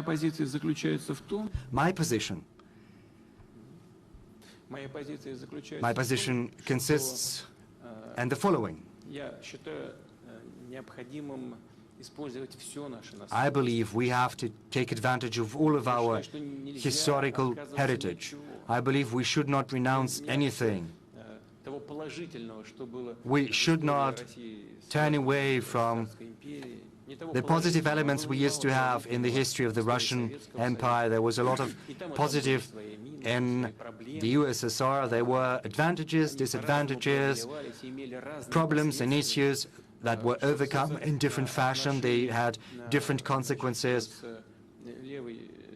As far as our relationship with the left part of the political spectrum is concerned, as well as other political movements, I can tell you that the special nature of the current Russian society, we have a consensus as far as Russian foreign policy is concerned. Yes, we have pro-Western elements whose families live there, whose children study there. It's a very small component, and every country has such an element. But mostly our society enjoys a consensus. There is a great level of consolidation, regardless of their political hue, regardless of how they view the path Russia should take in its development. Communists believe that everything should be nationalized once again, that we need to return the state into the economy. Well, how efficient that's going to be, it's hard to tell. To an extent, at a certain stage in history, this probably might happen. We have a law on nationalization, but we are not resorting to it because there is no need for that. We assume that we need to use the most efficient tools for our country's development, mainly the principles of the market, but under the guidance of the authorities and the citizens. We need to use these advantages to achieve such goals as greater well-being for the country, eradication of poverty, taking efforts to build more and better, achieve better health care and education, and address other important issues we are facing. That is why we are working and engaging with those who profess left-wing views. We have respect for them. As you have aptly said, the Soviet Union was controlled by the Communist Party for a very long time. I'm not gonna into detail saying what bad things they were and others. You also mentioned religious organizations. We have 4 traditional religions in Russia.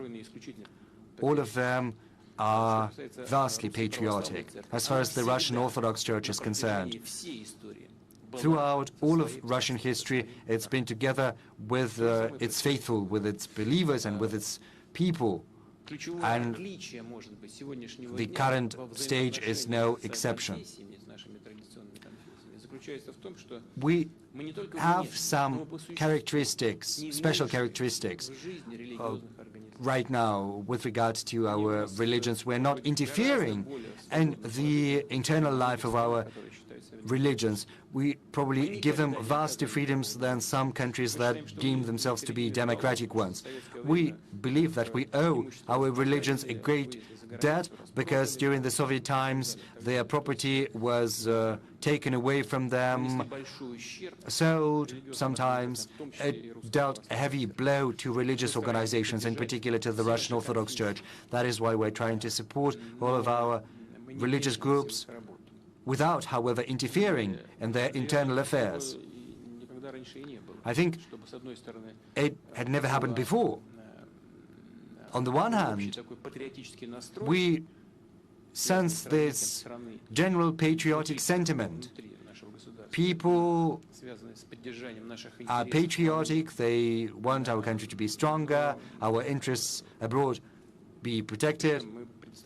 At the same time, we provide full freedom to these organizations, to our citizens. This situation, I think, yields the results we seek. Very well. Kubat Rakimov, please. Kubat Rakimov, Kyrgyzstan. Mr. President, Russia truly is a leader of a new anti-colonial movement. Across the world, Russia's dedication to traditional conservative values is also resonating. But throughout the history of the Valdai Club, we've seen a great demand for social justice, for a fair organization of social relations.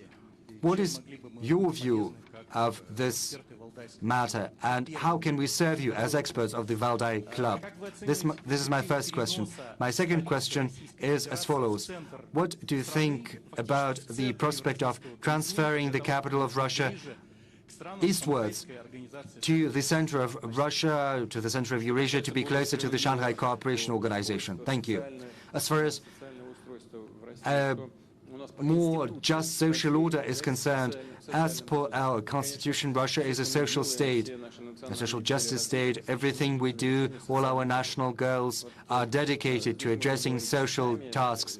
We can go hours and hours, and even our today's discussion is not going to be enough to demonstrate fully that everything we do, whatever we do, seeks to address social issues. There are still many issues outstanding, and I said that in the past.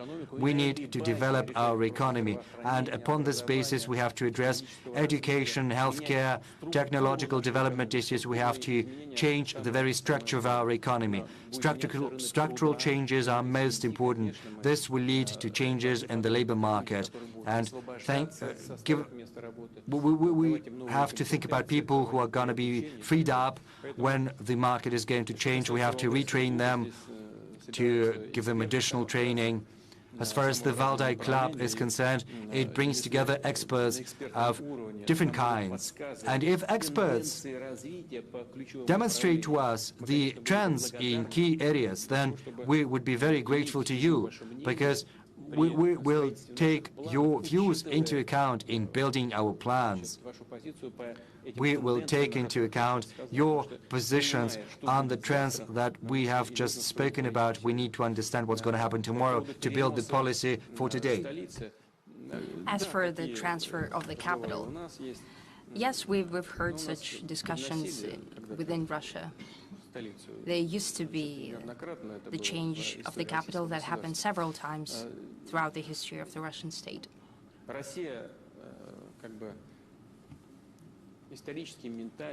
Historically and mentally, Russia has always been associated with Moscow.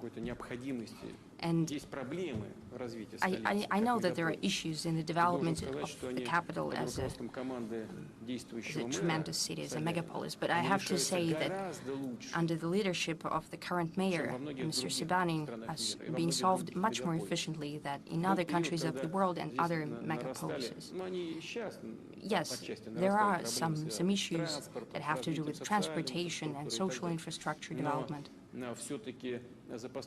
Still, over the past years, Mayor Sobyanin has done a lot for these issues to be curbed and to create the necessary conditions for the citizens of Moscow and everyone who comes over here to Moscow to work there or as a tourist, for them to feel comfortably in the capital. A lot has been done for the development of the city in the past years.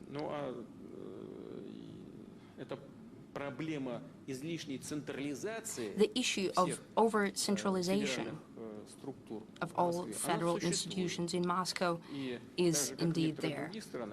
Just like in some other countries, for example, I'm an advocate of the solution. Just like in other countries, what they've done is they decentralized and they have transferred mandate and competencies of the capital to other regions of the country. For example, we're creating a judicial center in St. Petersburg. The Constitutional Court has been transferred to St. Petersburg. We have specific plans for the Supreme Court. Well, it needs to be done without haste to create the right conditions for the judicial community to work in St. Petersburg. It will be done without fuss, without haste. Some major companies, for example, which work in Siberia, for example, but their management is situated in Moscow. They could have placed their headquarters in Siberia. And that happens. For example, Rushydro. They've created their base in Krasnoyarsk, I believe. They're creating their HQ there, as well as some of the central authorities could be more decentralized around the territory of Russia. That will benefit the governance system and the regions where they will be situated. Thank you. Ivan Timofeyev.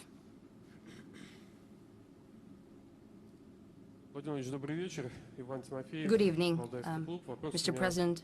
Ivan Timofeyev, Valdai Club. My question is the following. Russia has experienced a tremendous amount of sanctions against it. You've mentioned the freezing of our assets of 300 billion.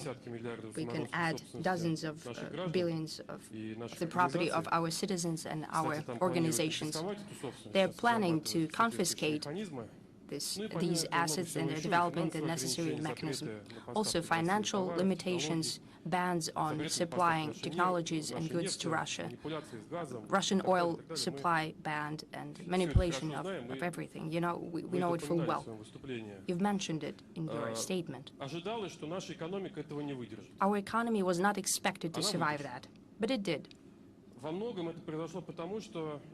To a large extent, it was done because the economy remains a market-based economy. It adjusts. Business is looking for new target markets. Where possible, it tries to substitute imports. The government is taking a number of steps to support entrepreneurs. However, considering the extreme external conditions and sanctions, maybe the time has come to further deregulate the economy. You mentioned decentralization, for example, to cut down on the number of inspections and to decrease the regulatory burden. Well, this is our choice to cut down on the number of inspections, well, to get rid of over-regulation coming from the state. You know that the routine inspections have been scrapped, not only for SMEs, but for major businesses as well, and will, if it hasn't been said before, will continue the same conditions for 2023 as well.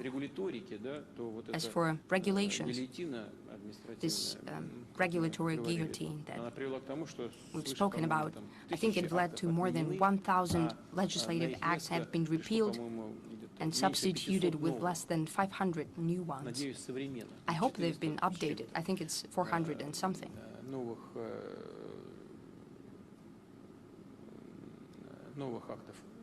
New regulation acts that regulate the economic activity. We'll continue down this path, naturally with the exceptions to those types of production that have to do with certain risks for the consumer. I think it's quite apparent to everyone. Still, even here, we'll try to make it so that all these regulatory functions and inspections would be targeted and will not stand in the way of the work of business on the whole and certain businesses. Well, you're quite right that as a response to all kinds of limitations introduced against Russia and against its economy, you said that the economy was meant to be brought down. Well, it wasn't supposed to. That was the very goal, but that did not happen. Indeed, the economy became more resilient, more adjusting. It turns out that our entrepreneurial community is rather mature and is capable of taking over those spheres and those businesses that have been left by some of the partners. It was done very easily. Our businesses take over the productions that seemingly could not live without the Western presence, almost in all spheres. Yes, we see some issues in midterm perspective. We understand that we cannot produce everything. In the morning, I spoke to some of the colleagues before I traveled here. It's clear that I've been talking to everyone in the government, the central bank, in the administration. Our experts believe that the acme of hardships that had to do with this influx of sanctions and limitations is over. Russian economy has, in general, adjusted to the new normal. A lot will have to be done for the new chains of supply in import and export to be created, to cut down the costs that have to do with that. But in general, we've been through the worst of it. The Russian economy has adapted. We will continue to develop more sustainably and more with greater sovereignty. However, the response to all these challenges should be, first and foremost, I believe, de-bureaucratization, getting rid of red tape to support businesses, and increasing the field of freedom for economic activity. Okay, Alexander, we cannot do without you. Mr. President, quite often the foreigners ask us what Russia can offer to the new world. Where are your Nobel Prize winners? Where are your great discoveries, industrial and scientific discoveries? Well, my colleagues are saying, well, what about the great Russian culture? Rublev, icons, Pushkin, great Russian architecture. Well, it's all the thing of the past. What about today? When I was listening to you today, I finally understood what Russia could offer to the modern world. It can offer the religion of justice. I think that this feeling lies in the foundation of our Russian culture, of our capability to sacrifice. Russia is alone against the cruel Western world, is fighting for justice. That is a tremendous input of today's Russia into global civilization and culture, because those previous traditional values that we've been discussing, for example, Rublev, Andrei Rublev, Russian icon painter, wonderful Novgorod architecture, the golden and the silver age of architecture, they all spoke about equity and equality and justice. That is the core of the Russian civilization. Should we make the Russian ideology today is the religion of justice? We have four traditional Russian religions, and I think that's quite enough. Well, it's a joke, of course. As for doing something, well, you know, I keep track of your work, and I'm always happy to read what you're writing. I know that you're a true Russian patriot in the widest sense of that word, in the best sense of the word. Do we need to present to someone these ideas specifically? Well, I don't know if it's necessary. You've just said that we are sacrificing something in the interests of other nations. I think I can argue with you here that we're not sacrificing anything. Well, we're working to strengthen our sovereignty. It is in our interest. Primarily, that is reinforcement of our financial and economic sovereignty. And that would underpin and be the foundation for our future development in technology, education, and science.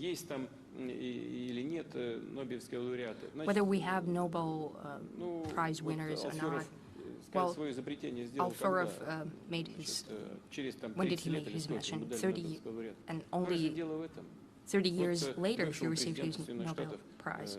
Well, the ex-president of the US received a Nobel Peace Prize. Well, does it mean that it was an achievement? With all due respect to the Nobel Committee and to those who have received, have been awarded this Nobel Prize, well, that's not the only metric. Our science is developing, and we need to do everything so that the yield from the fundamental and applied sciences would be a lot higher for our development. And we will do that.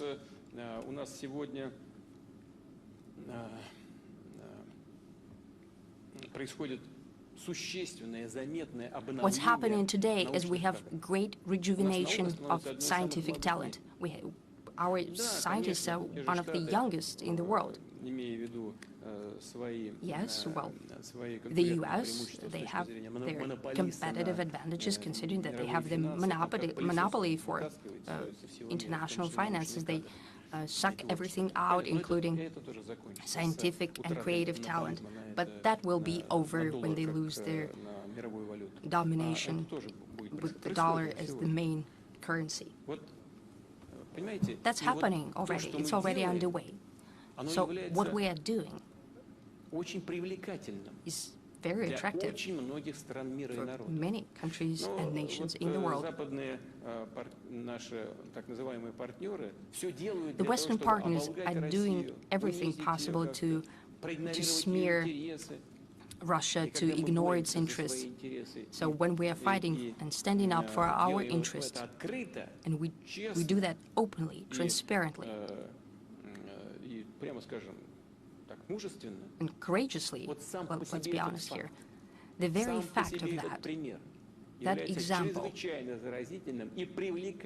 well, it's very infectious for and attractive for billions of people around the world. Take many countries in Africa. They have Russian flags. Right now, they fly Russian flags. In Latin America, the same is happening. In Asia, we have a lot of friends. And we don't have to impose anything on anyone. It's just that many people and political figures and just regular citizens, they're tired of living under external dictate. They're done with that. So when we see our example of fighting against this dictate, they're both inside and externally with us. They're supporting us, and that support will only increase. Thank you. We spoke a lot about science this time. I think it was one of the most interesting sessions of the Valdai Club, how to develop science and technology in these conditions. So I'd like to give the floor to Ruslan Yunusov. He painted a very interesting picture for us. Thank you. Today, I represent Rosatom and the Valdai Club. Indeed, you spoke about science and you said the right words about it. We've seen that over the past 20 years, support for science has increased manifold. Mega-grant program has allowed to launch a great number of modern labs in Russia, but we, as scientists, we see that the majority of professors who opened these labs did not travel to Russia and do not reside there permanently. And it's easy to understand why it's hard to compete. You have tenured position, for example, in the US or somewhere in the West, or you have just a grant for 5 years in Russia. We've discussed it that Chinese colleagues indeed has made a tremendous breakthrough in science. And today they didn't just bring back their scientists, but they are #1 in many dimensions. And we're going to quantum, and we know that China right now has the most powerful quantum computer, and the same applies to other quantum computations. Still, in Russia, we have other programs that unite together many labs. For example, this quantum computer program, 20 study groups, 15 institutions, and Academy of Science. But we have the horizon of planning of 5 years. Today, we've come across greater pressure. It's indeed our scientific challenge to our sovereignty. Maybe that's the right time to start and to draft projects for 10 or 20 years ahead. Thank you. Of course, the longer the horizon, the better. I agree with you. We need to look at the positive experience of other countries or our friends and partners, including the People's Republic of China. They have done a lot over the past years under the leadership of President Xi. It dedicates great attention to that. Well, not only to the development of science, but of China on the whole and Chinese economy, on improving the living standards of the people of China. I know that very well. We have good friendly relations with him. And we need to take a look at where they have practical results. We should study that and introduce that into our reality. As for mega grants, indeed they have played a positive role. And the next stage that we're implementing right now is not just research or creating specific labs, but we're talking about creating scientific communities of young scientists. That is the future of this mega grant program. I agree with those who have initiated the process. We're working that, right, Andrei? We'll continue to do that. You said that no one traveled, and well, some did, if they formally are abroad, but still they spend most of their time in Russia. These are our former compatriots, well, compatriots in general. They often travel to work in Russia. You know, the world of science, as well as the world of art, does not tolerate artificial limitations and borders. People should feel free. We're not going to lock anyone down here, but we'll welcome everyone who would like to go to Russia. In generally, we succeed. Well, maybe indeed we should increase the horizon for our planning. We have a 5-year-long mega grant, right? Maybe we should extend them. I think that these matters have to do with budget financing, but I think it can be done. Today we could expand the horizon.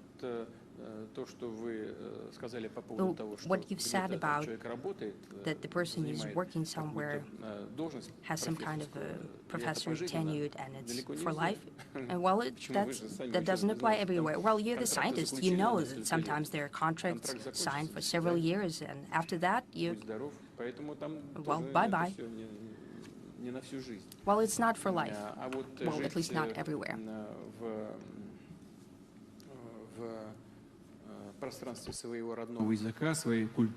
But living in the area of your culture, of your language, it's for life, and this freedom has to be given to those who work in culture and science, scholars.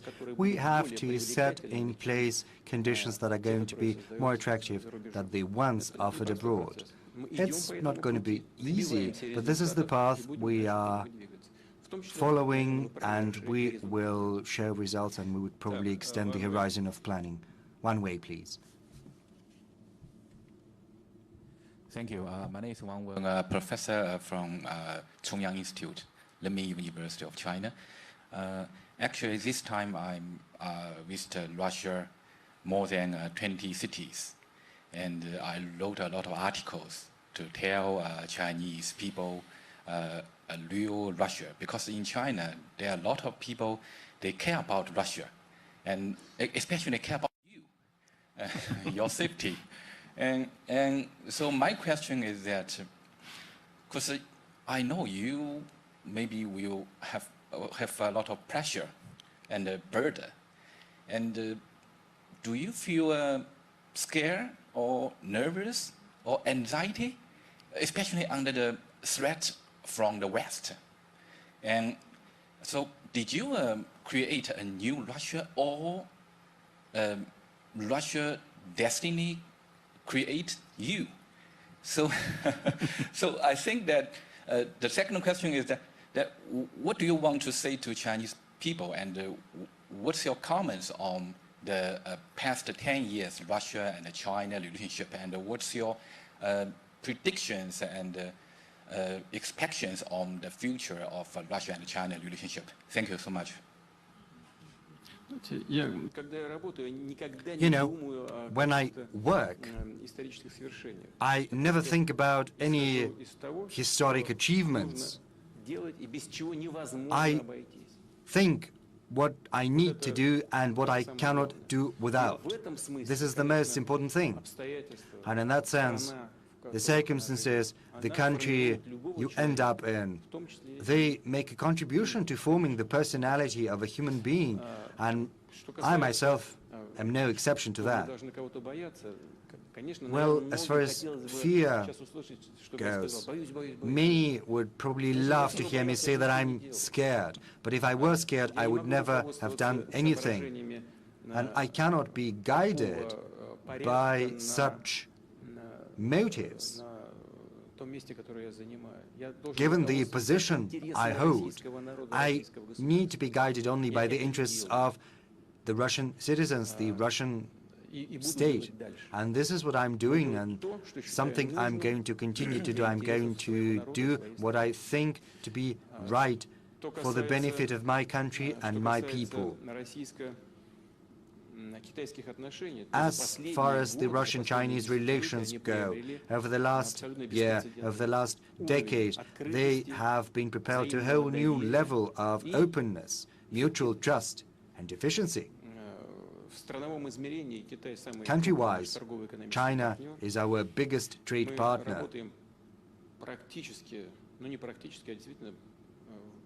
We are working together in almost all, if not all, areas.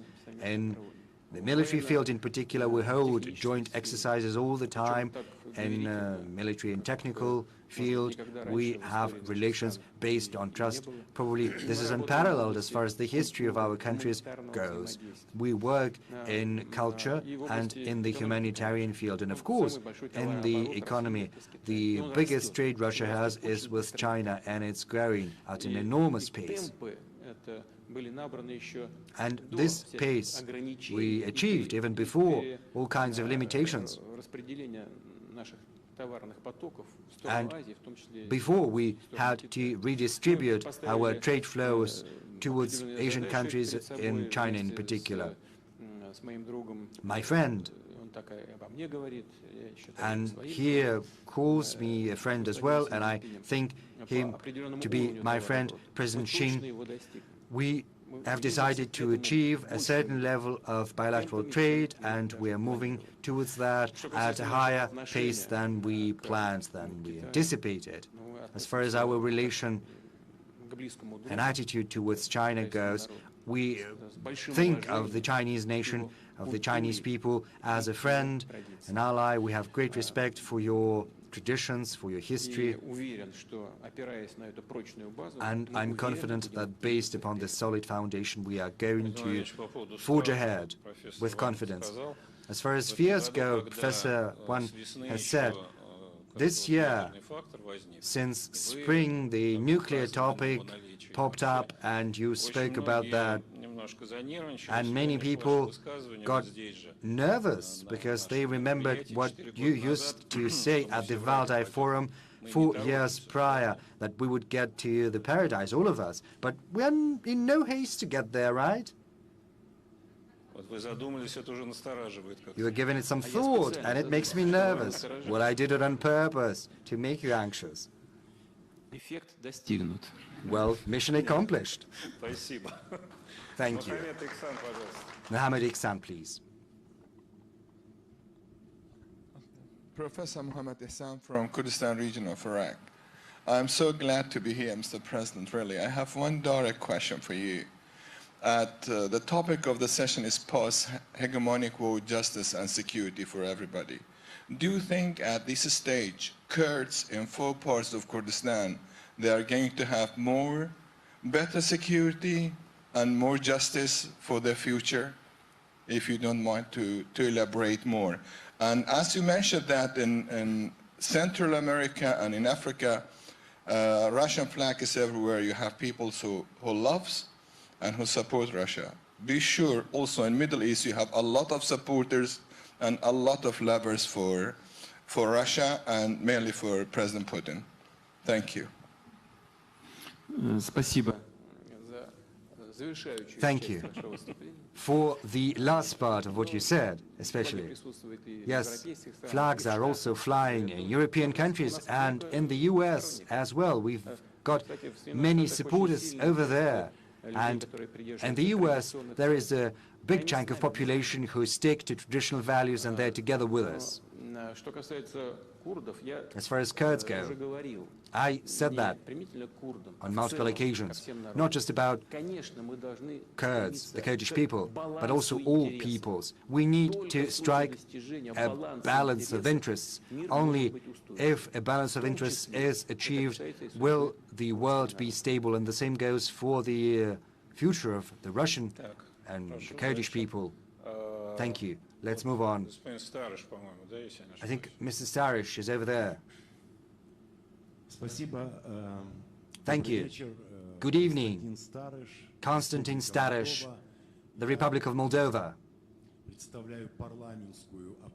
I represent the parliamentary opposition, of course opposition, because our leadership, to our bane and the bane of our nation, so far seems to prefer other destinations for its foreign voyages, and as a result, Chisinau is almost in complete blackout. There's no light. So I have a question, but also have a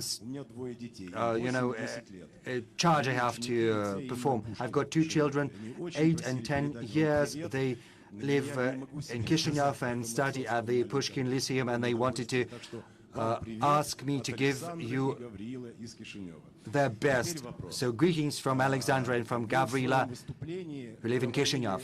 And now on to the question. You spoke about the inevitability of the emergence of new models for engagement between different countries and regions. And that context, maybe it would be worthwhile getting back to the idea you voiced back in 2001 about one single humanitarian social space that would extend from Vladivostok to Lisbon. For us Moldovans of different ethnic origins, it would be very good indeed, because it's very hard for us to choose between Europe and Russia, and for us, between the good and another good. It would be very promising for us. It would be the light at the end of the tunnel. But is it possible in a world we're about to build, a world after conflicts, a world where there is going to be no hegemon, no global policeman, no dominating power? Is such a space possible? Humanitarian space, economic space, security space, to ensure the safety of all those who live in this vast expanse from Vladivostok to Lisbon? Yes, that is possible, because hope persists until the very end. And you know, it was not our idea. It was first an idea of a common space to the Ural, and I transformed this idea of our French counterparts, because, you know, the very same culture exists beyond the Ural mountains. Right now, the world is seeing these tragic events, very difficult tribulations. But why not? In general, yes, it is possible to imagine, to conceive of. And I think that this way or another, this is going to happen, because as I pointed out, I spoke about Eurasia as a whole in my address, and I referred to the European part of Eurasia as well. But let me get back to what I said in my address. It's important for this European part of Eurasia to get its autonomy back. It's impossible to talk to your partner if they cannot decide anything and they have to get back to Washington on every little issue to ask their permission to do this, to do that. But this is what happens. I remember those difficult events around Syria when all of it started. One of the leaders came to me, we had a meeting, we agreed what we were going to do and how we were going to do in detail. And then this leader came to Washington from us, and then he gets back to Paris, and it's all forgotten, as if there had been no agreement with us whatsoever. But there were some agreements, concrete ones too, where we were going to move the fleet, the navy, and we had no objections, we agreed on everything. It's impossible to talk, and there's no point in talking. It's better to give a direct call to Washington instead. I'm not making this up. Of course, Europe protects its interests in economy in particular, but even that, not that well. You know, the gas pipelines were blown up, not ours.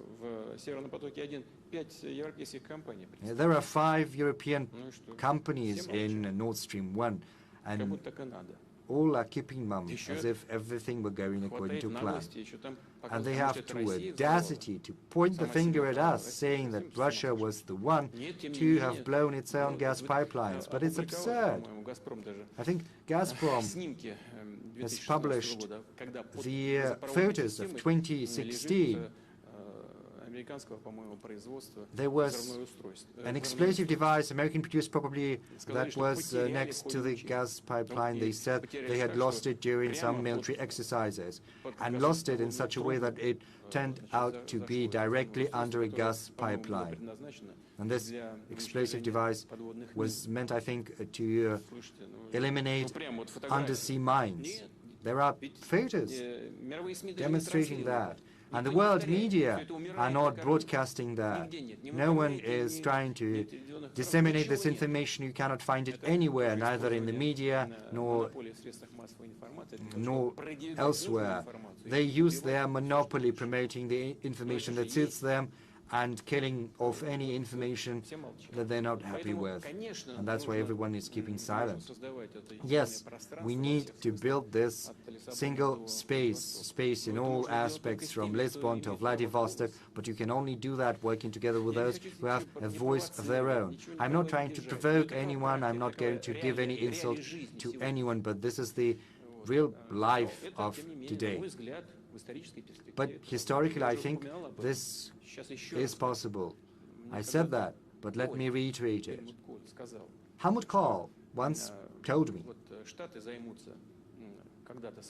that the US would turn to its own affairs in Latin America. He said Asia would develop strongly following its own path. He said if European civilization wants to preserve itself as a world center, then it has to be together with Russia. This is the position Helmut Kohl espoused. Right now, the current leadership of Germany probably has different views. But it's up to European countries to decide. But I would like to get back to what you started with. You said there was a blackout. We do not understand why this happened. We have nothing to do with that whatsoever. But why am I saying this? Everyone is always laying the blame on for everything on Russia. If the lights go out somewhere or something else happens, Russia is always to blame. You know, this movie, a chapel of the 12th century, are we the ones to have destroyed it as well, as the famous movie says? But I would like to inform you. And what I'm going to tell you is truth and nothing but the truth.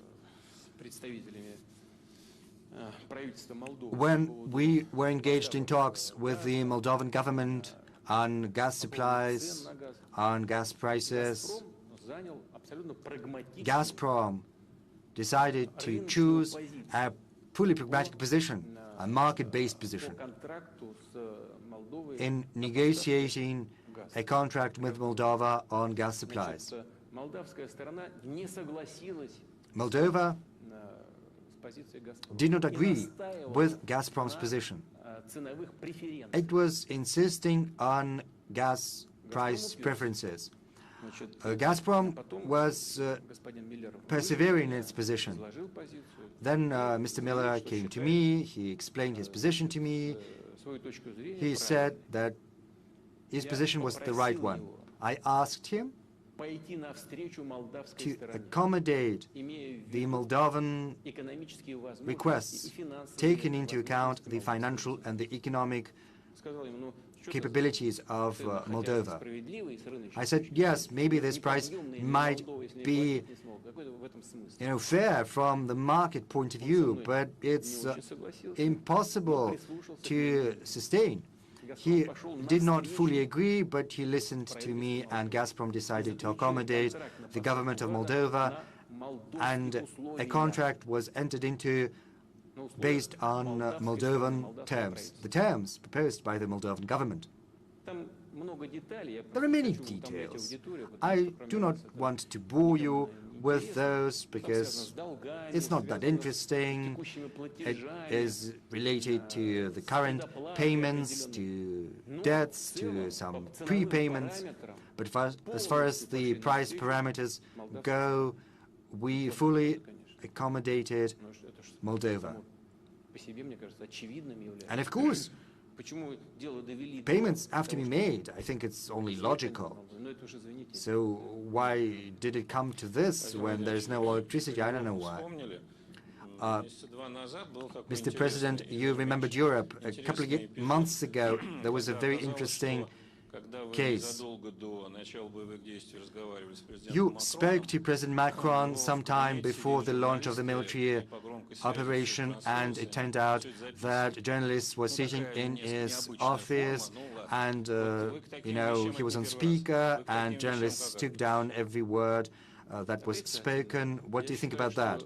Well, I have a negative view of that. I think there are certain formats for interaction between leaders of countries, and these formats have to be adhered to, otherwise the trust will disappear. In general, there's, well, nothing bad if what we are talking about, if, you know, our assessments make their way to journalists, but you have to warn about that. And you were not warned. No, I was not. Especially if it's a telephone conversation via a closed line, we always assume that these talks are confidential and they're not subject to publication. And whatever is published, it should be agreed upon by the two parties. And when President Macron calls you, do ask him if there is anyone in the room with him. Well, I assume that someone is listening on. I see. And the first row, our guest from Indonesia.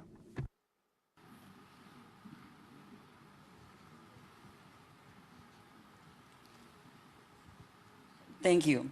Mr. President, I like your speech so much because I think your speech really bring the spirit of building together, building stronger, something like that, like the tagline for the G20. So we are looking forward to your visit at G20 next month. What I'm going to ask you is about the title. The title today is Post-Hegemonic World, Justice and Security to Everyone. I wonder because President Sukarno, our president, in 1955, already said that all these security alliances is dangerous to the world. You are in Security Council, China in Security Council. Do you think you and China can just file this issue of, you know, wipe out NATO, AUKUS, the Quad, of five-power defense arrangement, everything about it together? Is that possible? Number two, your fans in Indonesia is amazing. Everybody said "Ura" all the time. So my second question is, can I have a picture with you later? Thank you. Yes, with great pleasure, with such a beautiful woman, naturally. We have very good relations with Indonesia throughout the modern history, I have to say. And President Widodo, when he calls me, he talks to me and he addresses me as a brother, and I reciprocate. And we cherish the relation that we have with Indonesia. I'm thankful to the leadership and to the President for his invitation to G20. We will think on the way that we will be represented at a high level. Maybe I will travel, but I'll think about it.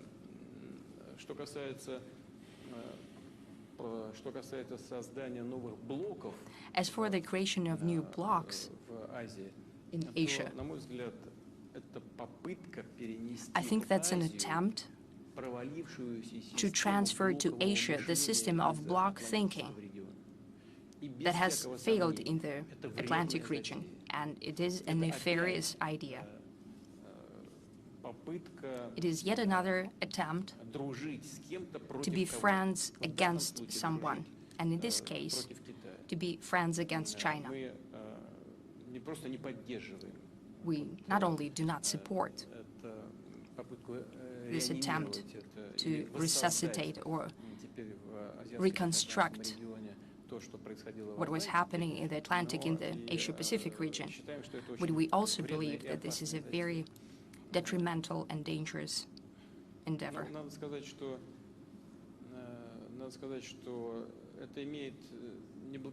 I have to say that it has grave ramifications for participants or for allies of the United States themselves.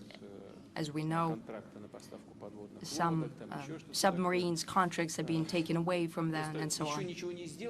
Well, nothing is done yet, but the negative consequences for the U.S. allies are already in place. If such practice continues, the number of these blunders will only increase. Naturally, we have always been against such policies. General Sharma wanted to ask a question. I know that.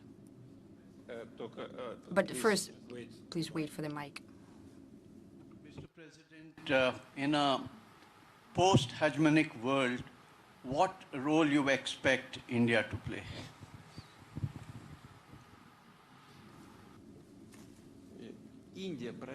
India has made a tremendous progress in its development. From being a British colony to its modern state. Almost 1.5 billion people, tangible development results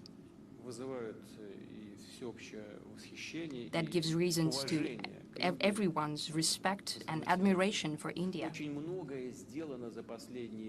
A lot has been done in the past years under the leadership of Prime Minister Modi. Naturally, he's a patriot of his country. And his idea of make in India, it matters, both in economic-wise and in the ethic. So India has made tremendous steps forward in development, and the future belongs to India. It can be proud of the fact that it's the largest democracy in the world. It can also be proud of its development momentum. This is a very important foundation that India is building on. We have a special relationship with India. It has been underpinned by a very close ally relationship over many decades. We've never had any difficult issues. We've always supported each other. And that is happening right now, and I'm sure this will be the case in the future as well. Right now, economic cooperation is increasing. Prime Minister Modi has asked me to, well, just to give you an example, we have increased trade volumes. As an example, Prime Minister Modi has asked me to increase supply of fertilizers, and that is very important for Indian agriculture. And we've done that. Do you know how much we've increased the volume? 7.6 times. That's the increase, not just some percentage, but 7.6 times. So almost trade in agriculture has almost doubled. We have continued relationship in military and technical cooperation. Prime Minister Modi is one of those people in the world who is capable of conducting an independent foreign policy in the interests of its nation, despite any attempts to do some detente or to limit something. He's like an icebreaker moving in the necessary direction for the Indian people. And I'm sure that India has a great future and an increasing role in the global affairs. Since we are talking about fertilizers, I'm thinking back to Brazil right away. Where is Igor Gilov? He's over there. Well, by the way, we've agreed with Brazil that fertilizer supply will increase. Unfortunately, it went down. I don't know why it's happening, maybe because of logistics. I think it has decreased by several percent. I think he has left the audience. Then I'll ask you the question that I know he wanted to ask. I think the elections are looming in Brazil. So what do you think? Lula is coming back. Are you in good relationship with him? Yes, we have good relationship with Mr. Lula, with Mr. Bolsonaro. We're not interfering in the domestic processes. That's the most important thing. We know that in India, despite even difficulties, there is consensus about our cooperation in BRICS and in other formats as well. It's of principal importance for us. We also have a consensus regarding cooperation with Brazil. We believe Brazil is one of our most important partners in Latin America. That's the way it is, and we'll do everything in our power to develop them further.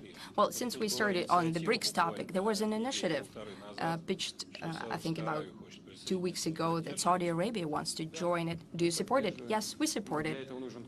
For that, we need the consensus of all BRICS countries. But Saudi Arabia is a rapidly developing country. It has to do not only with the fact that it's a leader in hydrocarbon production and oil production.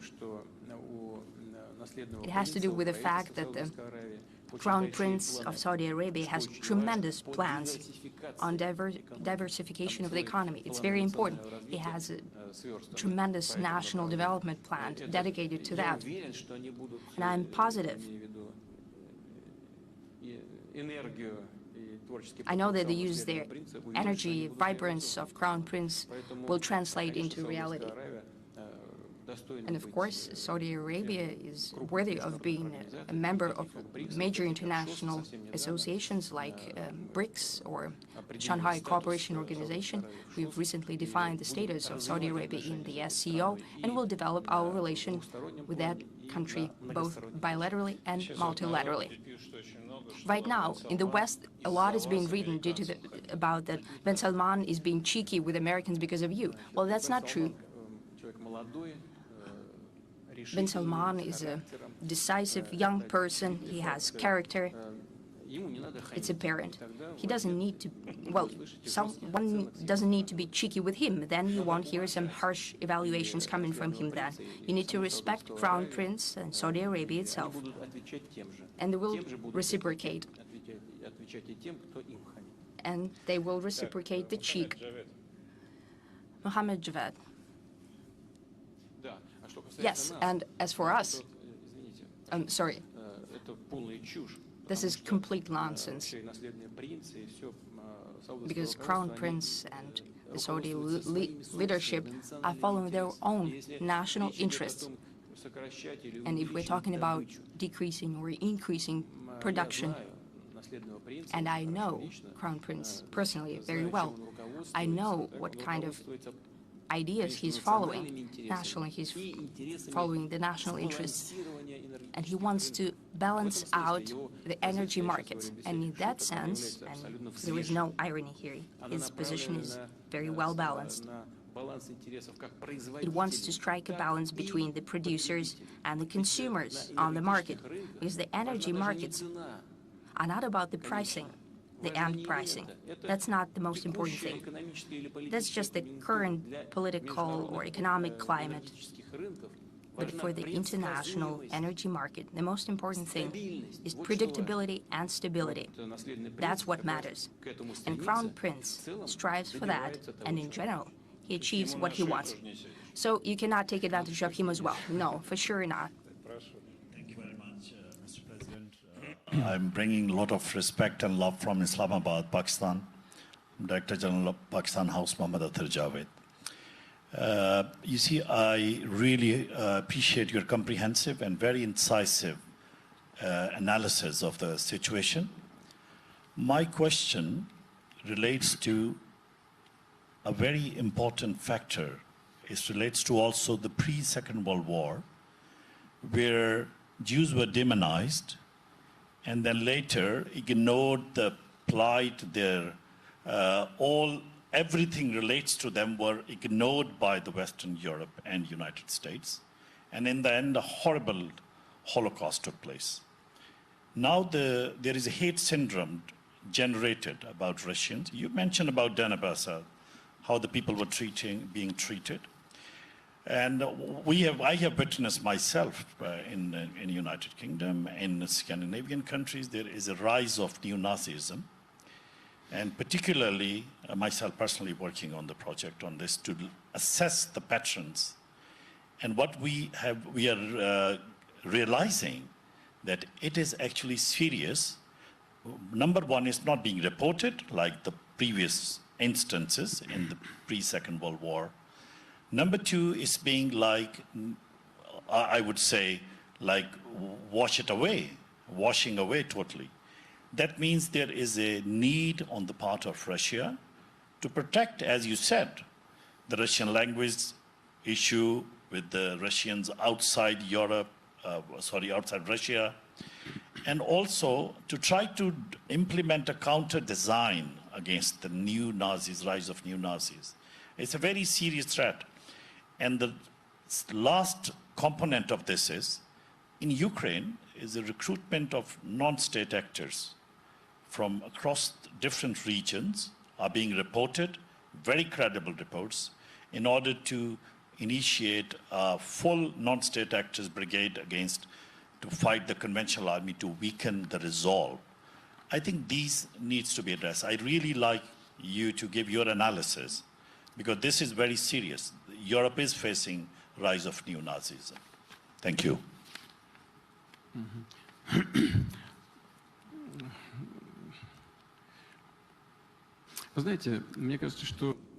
You know, I think that one of the most serious and fundamental issues of those who allegedly care about the future of Ukraine, the so-called Ukrainian nationalists, is in the fact that there is a connection, a nexus between the neo-Nazi and neo-fascist movement.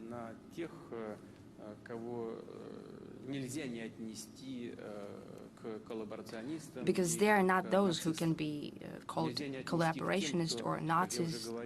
They cannot be characterized as those who, upon task of the Nazi authorities, eliminated Jews, Russians, Poles, and others on the occupied territories during the Second World War. You cannot distinguish between today's Jingo, Petrist, and nationalist and Bandera followers. They're basically the same thing. And I think that's their tremendous issue. So when I spoke with our Western so-called partners, and I was telling them, look at what is happening in the streets of Kiev and other major cities, when there are swastikas being flaunted around by thousands of people, torch marches, and so on. Yes, we might have some manifestations as well. This is a very infectious disease in other countries as well, but we're fighting against it. But they support that at the national level. This is an issue. It's being disregarded and kept silent, but it exists. And the Jingo patriots in the Ukraine are not being moved by this or the ideas of nationalism. It's much more primitive. They're following an economic interest. They want to preserve billions of dollars in the Western banks that they've stolen from the Ukrainian nation. They stole it, they hid it away in European banks, and to ensure the security and safety of their assets, they do everything that the West tells them to do.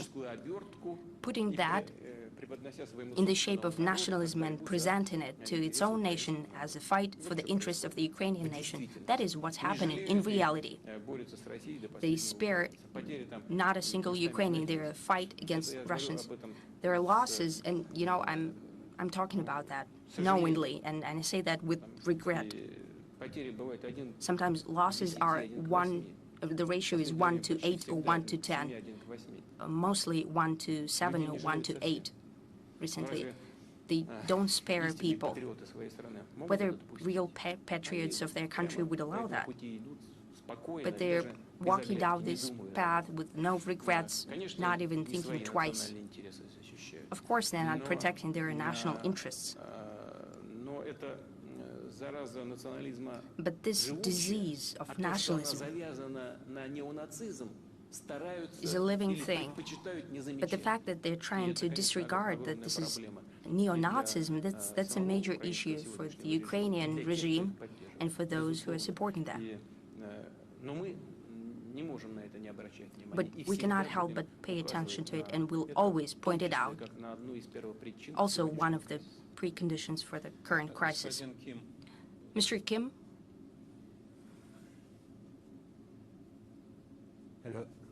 Hello, I am Kim Hong-jong from South Korea. It's my second time to join the Baldair Club, and I learned a lot, and I thank you very much for providing the chances to think many things. And I have some questions about the first one is about the security. So I'd like to know your opinion or Russia's position on growing tensions actually between China and the United States over Taiwan, and then North Korea's nuclear and missile development. And another question is about the combat against the climate change. Russia is very rich in the fossil natural resources, and so to speedy, transformation of the carbon neutral might contradict Russia's interest. What do you think about that? Thank you.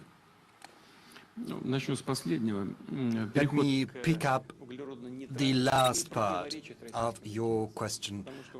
Transitioning to carbon neutrality does not contradict Russian interests because we have other options such as the production of hydrogen, in particular clean hydrogen, and we enjoy a significant competitive edge in this field. We can use natural gas for the production of such hydrogen, so we're not scared by this transition in the least. On the contrary, it creates additional incentives for our development. As far as the transition energy source is concerned, natural gas is the best source of energy. Speaking about deep processing of oil, here too, we enjoy competitive advantages I've just spoken about. So it's not in conflict with our interests. The only thing in conflict with our interests is a chaos in the energy sector, trying to get ahead of yourself in addressing such issues as green energy or energy security. For many years, there's been an underfunding or even hampering of investment into traditional sources of energy. And all the while, green energy was not yet ready to take on the bulk. So this mismatch is the foundation of the current energy crisis. The Western politicians are simply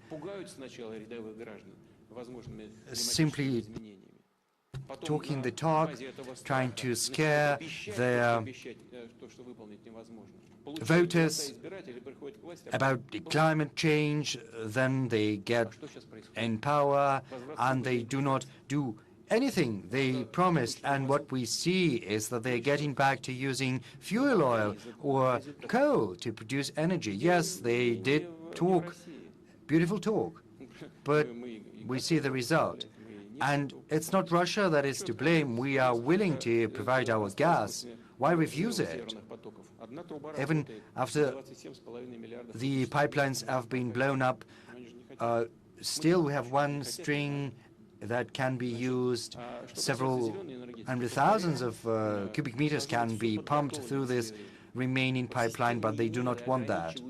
Systemic measures aimed at curbing the development of traditional energy sources have resulted in the current energy crisis. There is no funding, banks provide no loans, and not just in Europe, but also in the US. Banks are reluctant to provide loans, there is no insurance, no land is being allocated for that, for pipelines in particular, and for the transportation, and it's been going on like this for years, a significant underfunding of traditional sources of energy. Hence the result.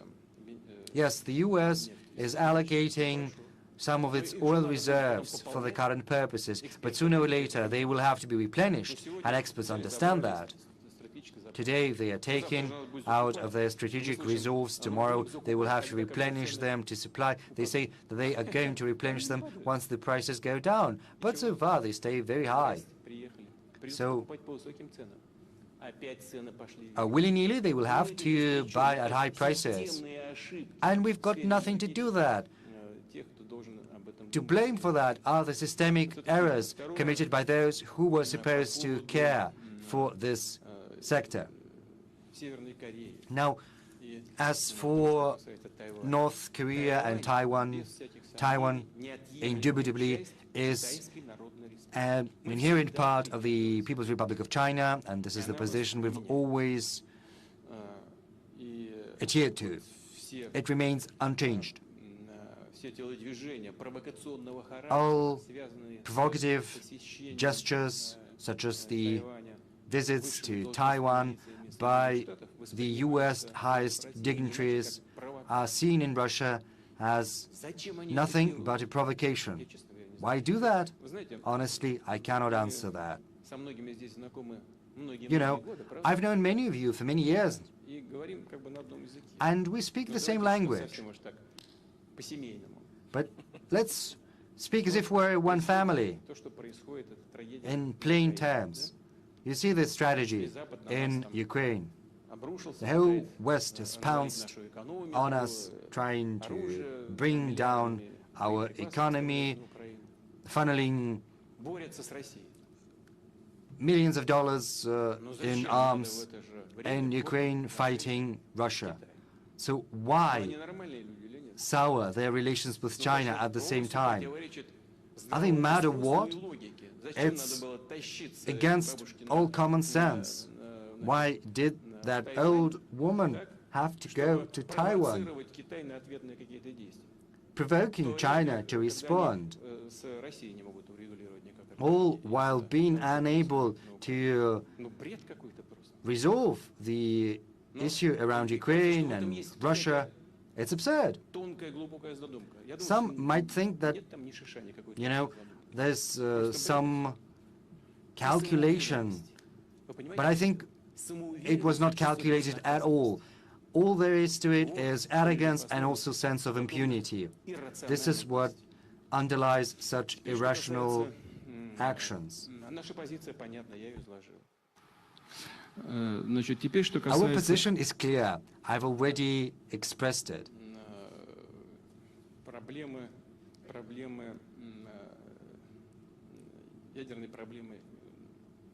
Now let me turn to nuclear issue of the DPRK.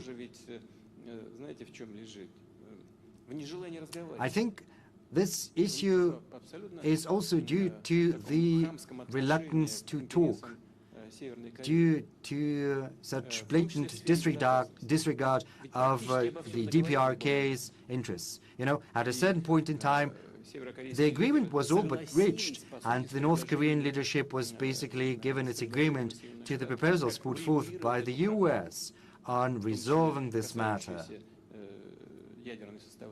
and in particular the nuclear component. But at the 11th hour, the US revisited its position, making the DPRK pull back from the agreement that had been achieved. And the US had to slap additional sanctions and additional restrictions in finance, even though an agreement had been reached before that not to do that. So what's the point?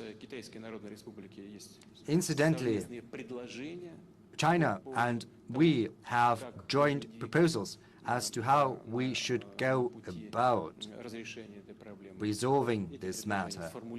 These proposals have been formulated in two documents we have put forth. Everyone is well aware of that, and we will stick to this jointly agreed position.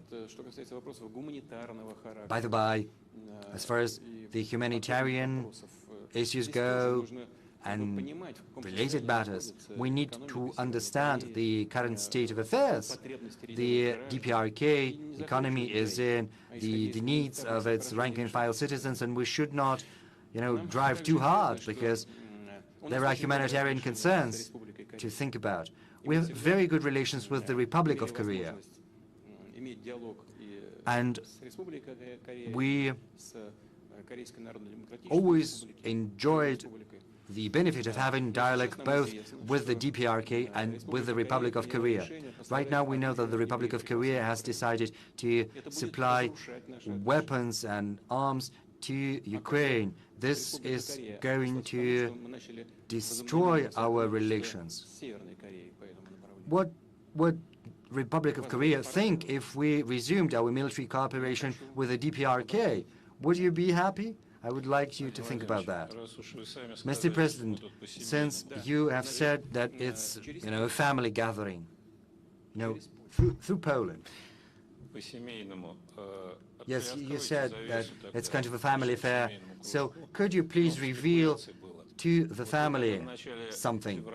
There was a lot of speculation, in February you were in China, you met with President Xi. Did you warn him of your plans? No, I did not.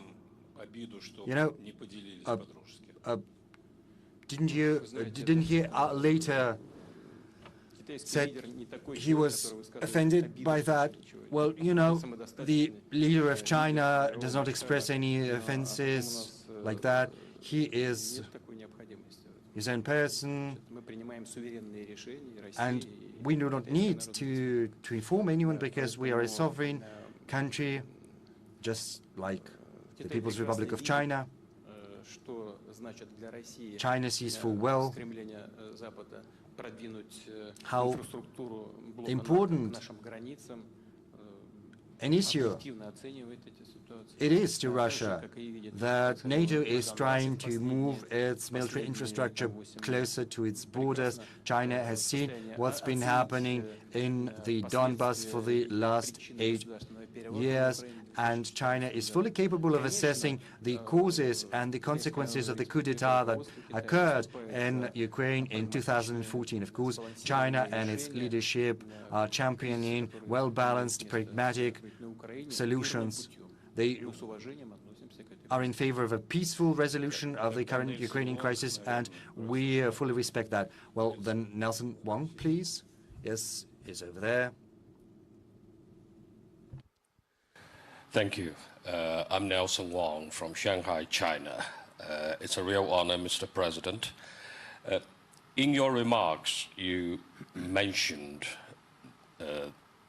that the rule-based order that was often used and it is still being used by the West, they come from nowhere, which is actually quite true, and this is also discussed quite frequently over the past 4 days in our discussions. So my question to you, Mr. President, is that looking forward, we are actually moving into a time without superpower, which was the topic of the first day of this year's discussion. So since the US, as the only superpower, is losing its control, and we're moving into a new era. This is not only the beginning of the end of the US superpower, but already we are in the process. So, in a new phase, I believe we also need to have some rules. So if we are ever going to have any rules, what, in your opinion, Mr. President, are the most important? Of course, it's not there yet, but for argument's sake, what would you think would be the most important when it comes to setting up a new set of rules? Thank you.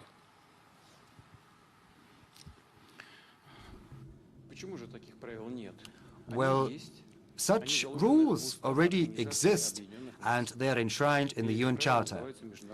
And these rules are called international law. The only thing left to do is for everyone to stick to these rules and to give them one and the same interpretation. Renouncing these rules or modernizing those rules, overhauling them, Well, it's only possible once we have prepared the necessary foundation for our relations based upon some other principles. The UN Charter enshrined the balance of powers attained after the Second World War. Of course, since then, the world has evolved drastically. It's changed. We have such new giants as China, India, Indonesia, with a very big population. There are many big countries in Africa,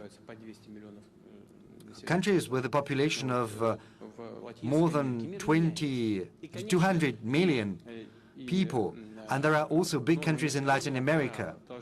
Accordingly, international legal norms have to follow these changes, and the relationships between countries should be regulated based upon the balance of power we see in reality. But this has to be a cautious, prudent, calm process based upon clear-cut principles, not just rules someone has come up with. I said that during my address.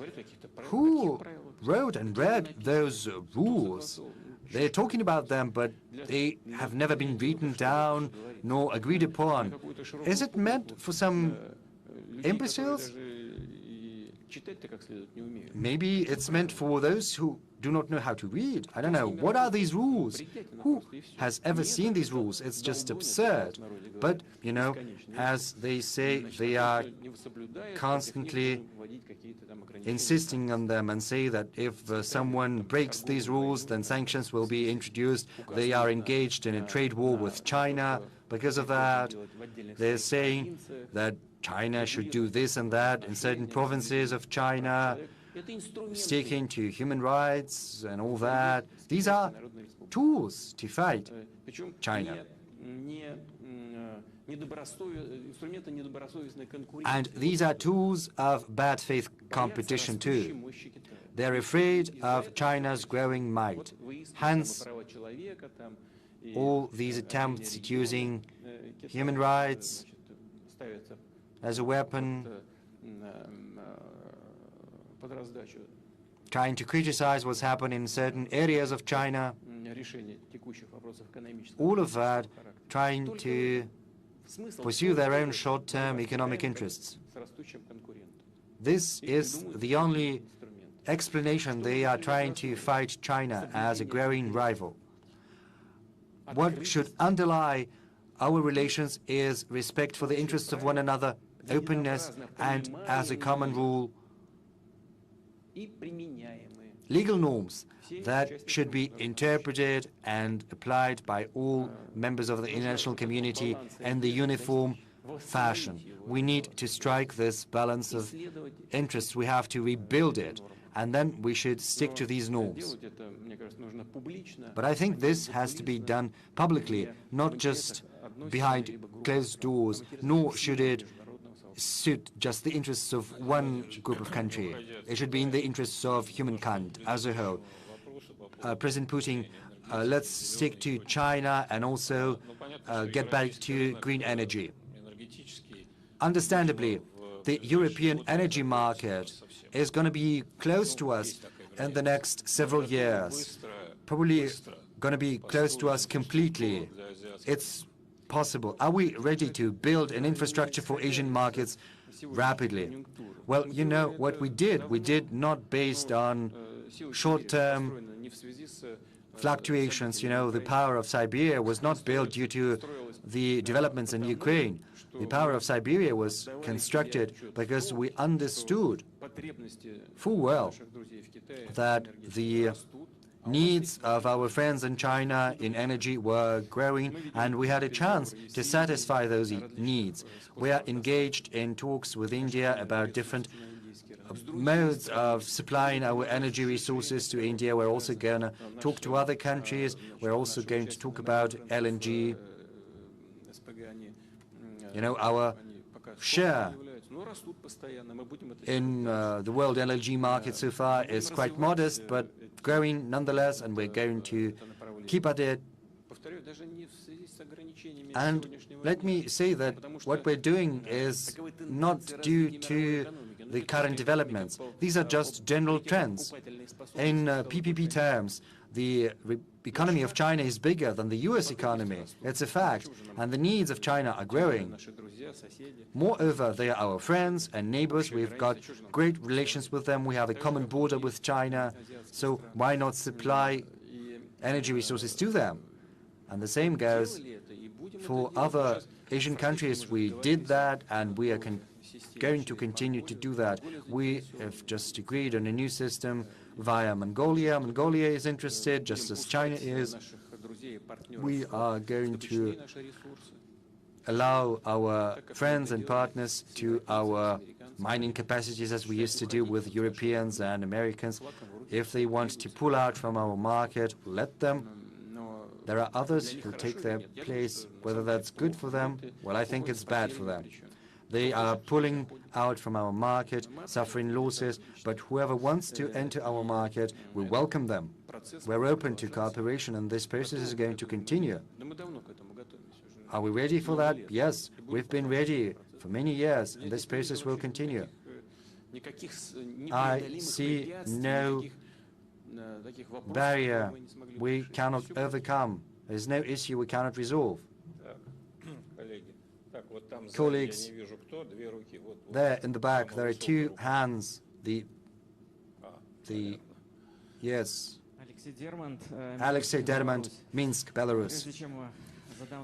Before I ask my question, Mr. President, I would like to give the words of support to you from many Belarusians. I meet with them on many discussion platforms. We discuss Ukraine in particular and the current developments. To you and to Russia, who is fighting Nazism in Ukraine, I would like to express my ardent support. My question is as follows. The West is basically erecting walls, introducing blockade, and exercising sanctions pressure on Belarus and Russia. Due to that, of particular importance is the new North-South corridor. It's important financially and logistically, and it's important to fill it with concrete projects bringing together both Belarus and Russia. But don't you think that now that Asia is on the rise and the East is on the rise, we have not just to develop the material infrastructure, we should also pay greater attention to the cultural and humanitarian component to make sure that our ideas and values coincide with the Asian countries, Eastern countries. Yes, you're quite right, but that's the work that we're doing, not only because someone is erecting walls from the West, but we've just always done that.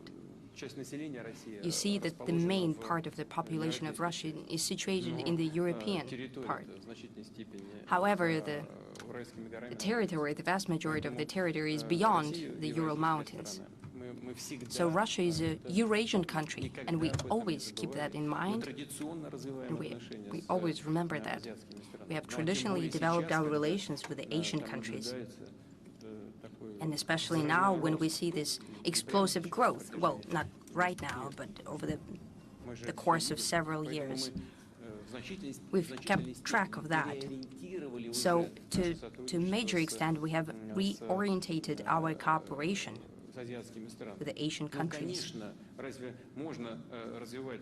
Naturally, it is impossible to develop economic ties without paying attention to the humanitarian component. To a certain extent, China and India are the cradles of the global civilization, and we've always had greatest respect for that, and attention as well as interest. The interest from the Russian community has always been great. Indeed, India study schools and China study schools, studying cultures of these nations because they're also multinational countries. We have very high level of studies and science in those spheres that is traditional for Russia and will continue to maintain that. Dear colleagues, we've started already exceeded 3 hours of our work. I think we have already abused the time of the President of the Russian Federation. One acute question. Does anyone have that? No? Okay, there is one. Okay. Yes, please raise your hand. Thank you, Chair. Pilani Mtembu from South Africa, the Institute for Global Dialogue. Mr. President, you said that the West is not capable of unilaterally governing the whole of humanity, and that we need to build a symphony of human civilization. I'm interested in just an expansion of your thoughts on if we are to build a multipolar world order, on the importance of regional cooperation as a means of reinforcing and building the blocks of multipolarity. And then just a few words in terms of Russia's engagement with Africa, particularly related to the Russia-Africa Summit. Thank you. We have traditionally good relations with Africa on the whole, including South Africa, dating back to the times of the African fight for independence, of fighting against colonialism. And this unique relationship has been built over the time when Soviet Union, then Russia, has supported African states in their fight for their freedom. And this is the foundation of our relationship of the past decades, should be naturally used in the new conditions in order to build multilateral relations with the African states today, including South Africa, which, as we know, is a very effective and efficient partner within BRICS as well. We cherish that. We know the capacity of the South African Republic, and we're sure about the future of the African continent. And naturally, we'll develop our relationship with the African countries, considering the traditional relations, also building new relationships with the countries in Africa. As to the essence of your question and its first part, I think I've already responded. I don't think I can really give it to you in a nutshell to give you all of the details of my position, but I think we need to strike a balance of interests. It is impossible to do in the conditions of hegemony of anyone trying to maintain hegemony of one country or a group of countries over the rest of humanity. And the hegemon will have to consider the legitimate demands of the majority of the global participants, and not just talk the talk, but walk the walk. Well, everyone is for supporting African countries, but just in their speeches. But what happens in practice? For example, what is being used today, the tool of dollar or other currencies, for example, euro. What is happening in reality? $5.9 trillion were printed and 2.9 trillion euros were printed over the past years. Where did this money go? It all went to buy up goods in global markets, and the United States turned from being into a producer, an exporter of food, into an importer of food. They started to buy up foods due to the fact that they have the printing press. That's what financial monopoly leads to. We have a deficit right away.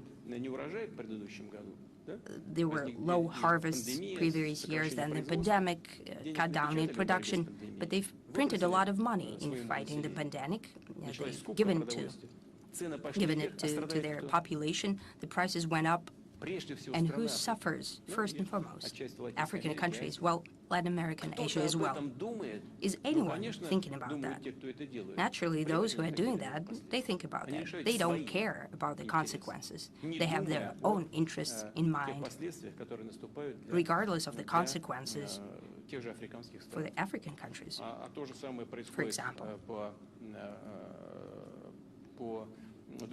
and the same is happening on the other part of the food market, I mean fertilizers. How can that happen? I'll repeat it once again. How was it possible to make a decision to lift the restrictions and limitations to the Russian fertilizers in Europe, and then provide clarification on that these limitations are lifted only for the countries of the European Union? Are they out of their minds? They have done it in a written fashion, they've written all down, this clarification, but they do it without shying away from that. Is that observing the balance of interests? We said it multiple times. We have 300,000 tons of fertilizers arrested in the European ports. Our companies are prepared to give it away for free, but they don't allow that. We're prepared to give that to the African countries. Some leaders have asked me to where specifically this fertilizer is stored. 300,000 tons, that's millions of dollars. Just give it away to the poorest countries. They need it. No, they won't do it. Is that striking a balance of interest? If you want to fight against Russia, well, do that. You don't want us to have extra profits? It's okay. We're just giving it away for free to the developing countries. But what they are doing is only pushing the prices up, global prices up. They have an interest in that, seemingly. Is that a balance of interest? How do we achieve a stable relationship? We need to strike this balance. We need to act according to the norms that we are calling the norms of international law. We need to agree on them and then to stick to them. Also, in financial sphere, we need to create an independent financial system of payments that I have already mentioned. I've given you specific examples. What the unlimited emission of main currencies leads to. It has practical consequences, including and primarily for the developing countries. I want to go back to that. So, for the world to be stable, we need to achieve a balance of interest. Yes, please, someone was raising hand over there. Okay. Yeah, please give them the mic. Who was raising the hand? Natalia, I think. Mr. President, two small questions. Do you think you don't look like Natalia? The time has come for a deeper integration of the space of the ex-Soviet Union? And my second question is, what is your message to the simple, average citizen of a Western country? If you had in front of you such a citizen, what would be your message? Well, the first thing, as for the integration, that is a very delicate matter. And I think that we need to do the same thing. I think the same thing applies to what I was saying. We need to strike a balance of interests. And it needs to be done professionally, without haste.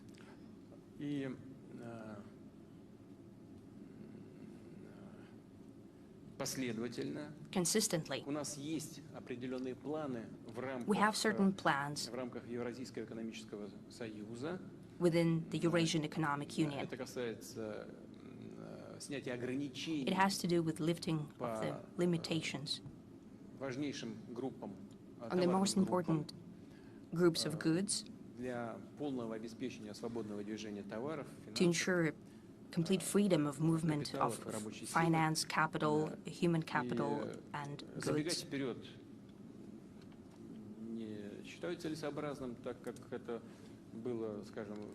I don't think we need to get ahead of ourselves as it happened in the European Union, because certain countries with a certain level of development got into Eurozone and later they didn't know what to do because they had issues. And the inflation instrument becomes unavailable to offset the situation in the economy. For example, the well-known Greece situation that applies to other countries as well. We shouldn't get ahead of ourselves, but we need to be consistent in the implementation of the plans that we have outlined. We know what needs to be done in this direction, and we'll do it, considering the positions of all participants of the process. As for our message to the regular citizens of the Western countries, of the United States and Europe, I'd like to say the main thing. Fight for higher wages.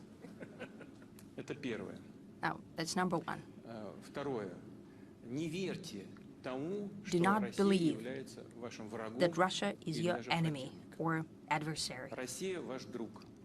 Russia is your friend. And for decades, we've done everything, and we are prepared to do that in the future to strengthen our relationship.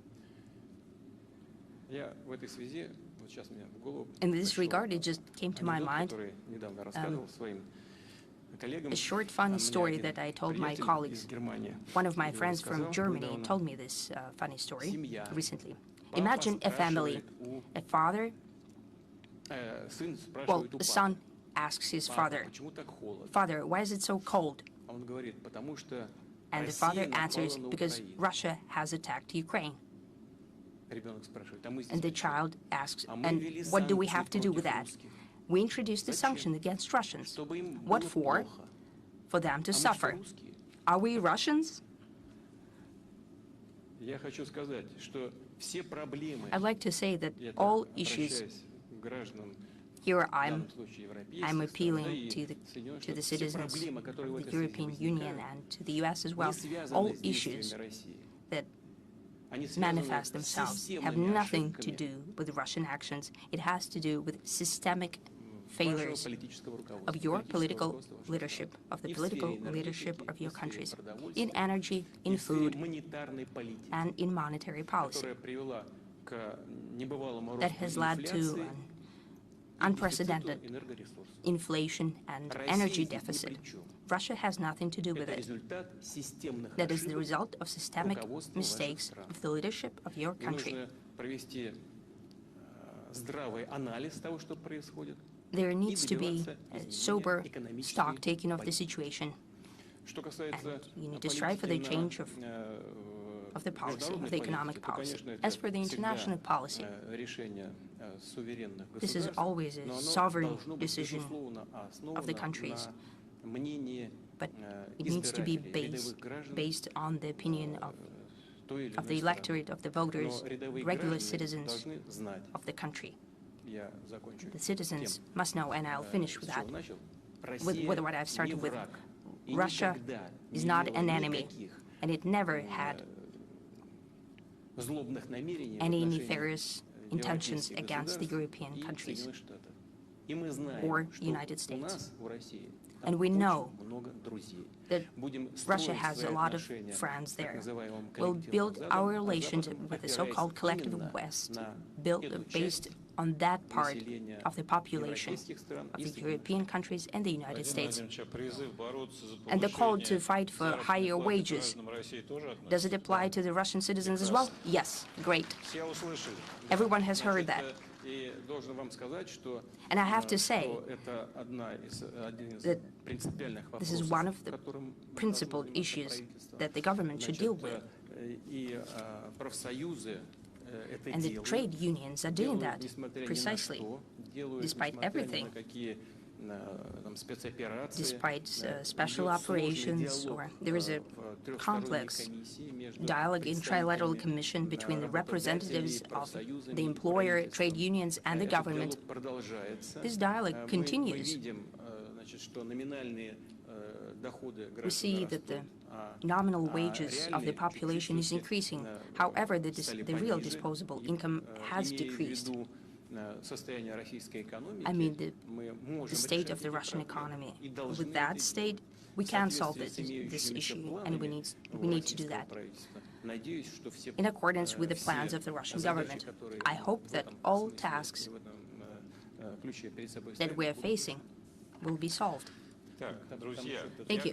So, well, I think, Mr. President, do not give orders here. I give orders here. I think this is called hegemony. Well, we haven't overcome it yet. Colleagues, I suggest we do a rapid Q&A.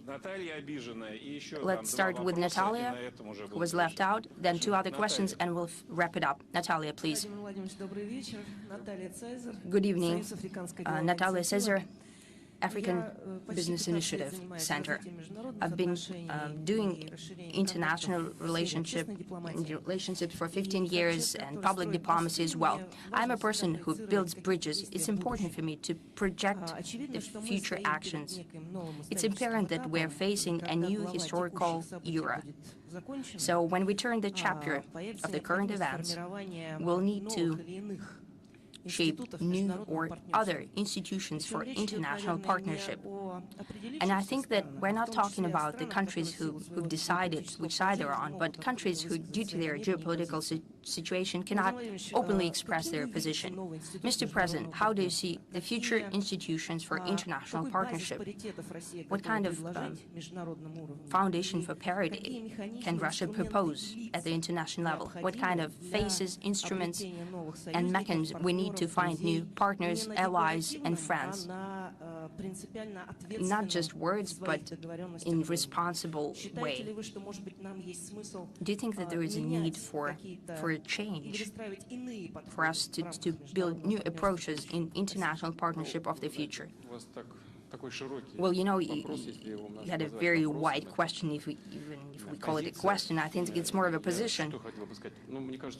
What I wanted to say that I've basically answered that, what you've just asked. We should and we can highlight the cooperation primarily with the countries who are sovereign in making their fundamental decisions. That's number one. Number two, we need to attain consensus when making decisions. And number three, to achieve balance of interest. What kind of institutions could serve that purpose? Universal international institutions. And number one here is the United Nations. Alan Freeman, please.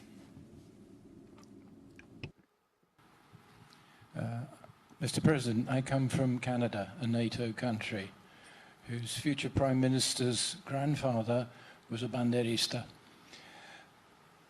We've heard the worldwide opposition to the stance of NATO and the many voices that exist in the global south.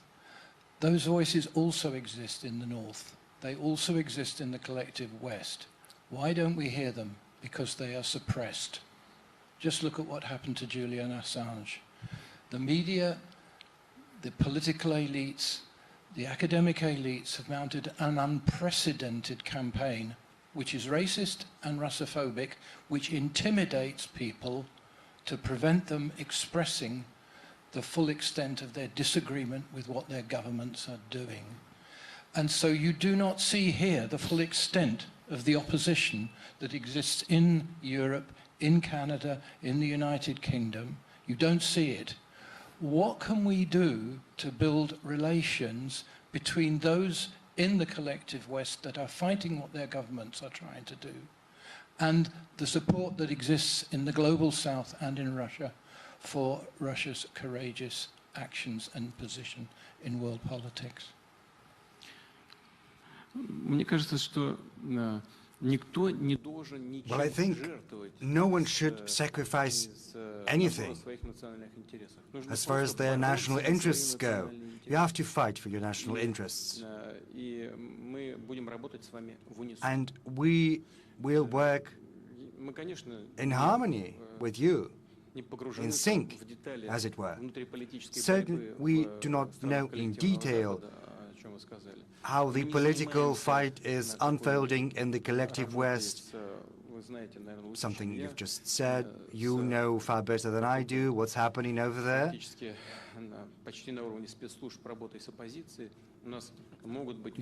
You know that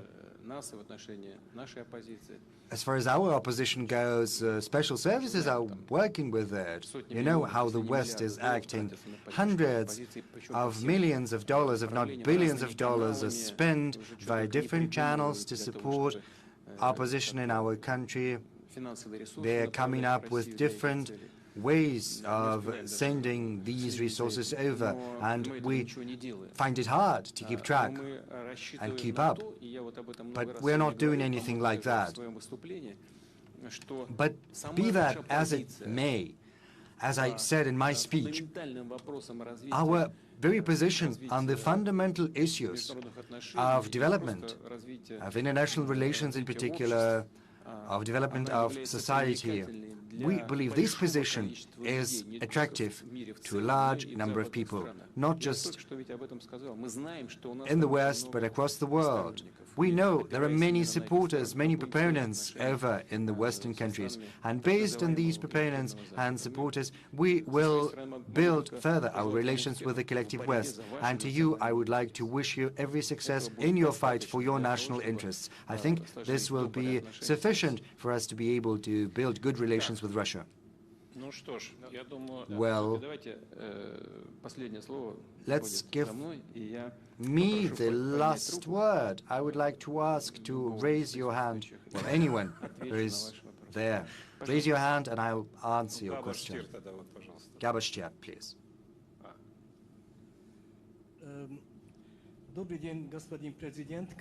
Good evening, Mr. President. At the beginning of our conversation, you said a lot about the special military operation. You spoke about the goals, your assessment of the situation. My question is as follows. On February the 24th, did you think that after 8 months the operation would still be there, not just still continuing, but even getting worse? Now many people in the world are scared that a third world war could erupt. And you know, one of my favorite cities on the post-Soviet territory is Odessa. Give me a piece of advice. If I want to go there, say next summer, or maybe in 2 years, well, do not tarry. Go there as soon as possible. Oh, that's a joke. Okay, in 2 years maybe. And what visa should I apply for? Ukrainian or Russian? If I want to go there. You know, Odessa is truly one of the world's most beautiful cities. As is known, Odessa was founded by Catherine II. And even most extreme nationalists are reluctant, you know, to bring down the monument to the founder of the city. Odessa can be an apple of discord, or it can be a symbol of conflict resolution. It can serve as a symbol of a solution that can be found to everything that is currently unfolding, but it's not up to us. On many occasions we said that we are open to negotiations. And when I spoke at the Kremlin just some time ago, I said that publicly once again. But the current leaders of the Kiev regime have decided not to pursue talks with Russia.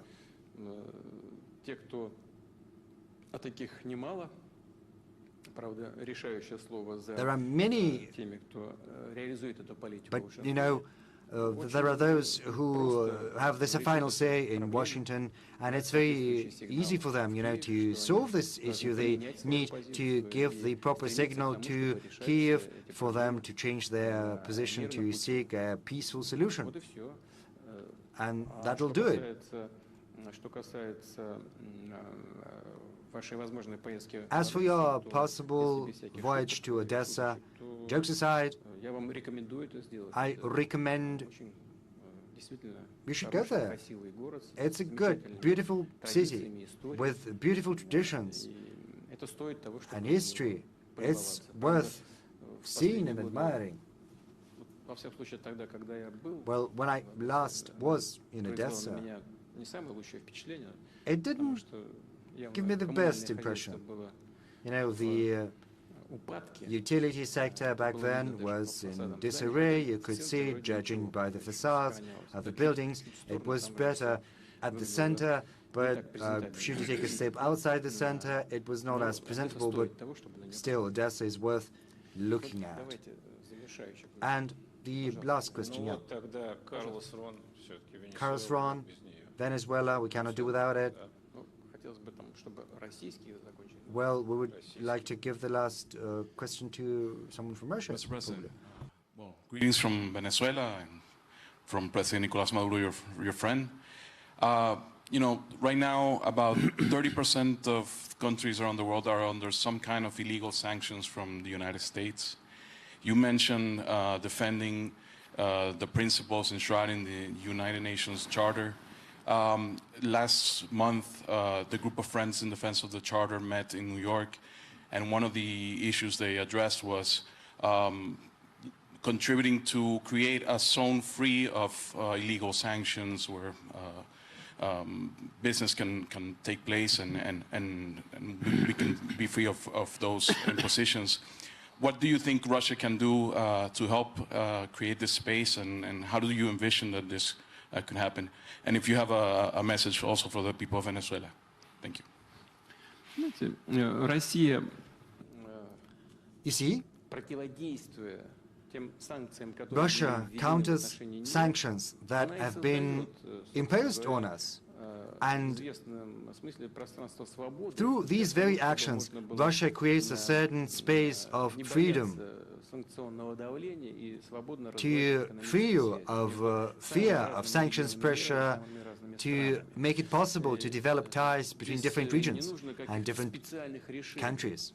No specific decisions are required in that regard. The very example we give, I think, is very instructive.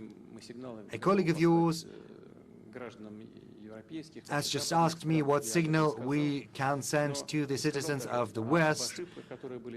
I told him about these signals, and I also spoke about the errors committed by the leadership of the West in the global economy and global finance, in energy, in food. A testimony to that, you know, there are sanctions introduced against Venezuela, whereas Venezuela is one of the biggest world oil producers, well, until recently. Iran faces sanctions. Russia is also under sanctions. There is a threat of sanctions against Saudi Arabia currently. There are also plans to introduce an oil and gas price cap for Russian oil and gas. At each and every step, they commit mistakes that result in most grave consequences for the countries that introduce sanctions at the very beginning, and then they're trying to find someone to blame, even though they're the ones at the origin of these consequences. But all that notwithstanding, Venezuela is still developing. Yes, there are problems, but Venezuela is overcoming them. Look at sanctions against Russia. When they were introduced, our economy was expected to collapse. And we spoke about that at the beginning of our today's meeting. The blitz against the Russian economy failed. As you can see, our inflation rate is going to be 12% by the end of the year, more or less. And there is a downward trend. In the first quarter of next year, our experts project inflation to stand at around 5%, whereas European developed nations are facing 17%, in the Netherlands 21, 23%, in some other countries, so it's twice as high as here. Our employment rate is 3.8%. It's slower during the pandemic. Before the pandemic, it was 4.7%. The budget deficit next year is projected to be 2%, then 1.4%, and in a year, 0.7%. And it's almost in all Eurozone nations, it's higher. Our public debt is several, by magnitudes, it's smaller than in the US or in the European countries. Yes, this year our economy is projected to contract by 2.9, 2.8%. Yes, it's going to contract. But the industrial output and the manufacturing will stay at the same level. The construction sector has grown by 5% during the first 8 months of this year, 5.1%. Our agriculture has doubled. We see a bigger volume of lending both to the corporate sector and to consumers. We are witnessing a growth in lending. It's true there are some issues due to an outflow of money from the banks due to the events you're well aware of, but right now the money is getting back because rather than keep money in a box at home losing it due to inflation, it's better to put the money in the bank because our banking system is highly resilient, so the lending rates are going up. You asked me what Russia can do to create conditions,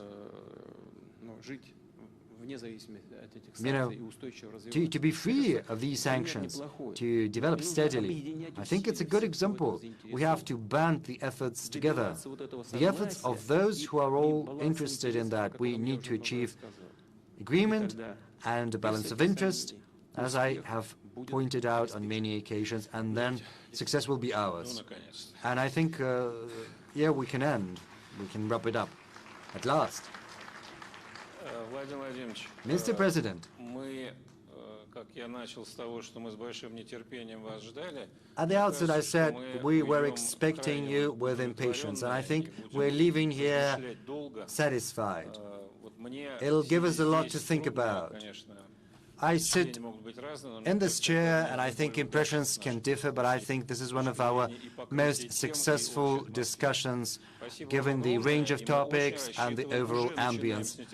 A huge thank you, and we're already impatient to see you next year.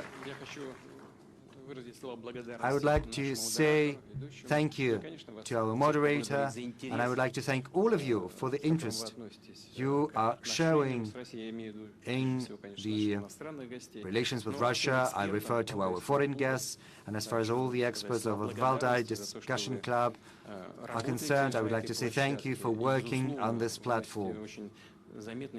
Indubitably, you make a great contribution, tangible contribution to the brainstorms that are in such great demand to take decisions at the practical level. A huge thank you to all of you.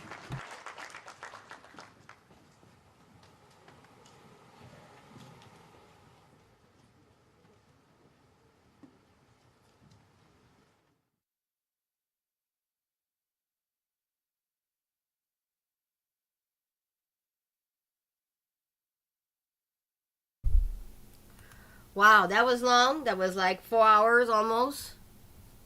C'était long, 4 heures. On vient de parler de tous les sujets possibles. L'affaire que j'ai trouvé le plus drôle, c'est quand il dit là, avec toute l'histoire, là, avec le gaz, il dit, le petit enfant va demander à son père, hey, père, comment se fait qu'on n'a pas de... on n'a pas de chauffage, il fait froid. Il va dire, parce que Russia a attaqué Ukraine. Puis là, il va dire, puis là, on a fait quoi? On a fait des sanctions contre les Russes pour les rendre la vie misérable. Puis là, le petit enfant va dire, pas, on est-tu Russe? Tout le monde est parti à rire. Mais regarde, c'est parce que ça n'a pas de sens, ce style d'affaire. En tout cas, il est drôle, Vlad. Bon, ben là, je vais prendre un petit break, je vais revenir pour mes nouvelles après, OK? Thank you, everybody, for joining. I'll see you soon.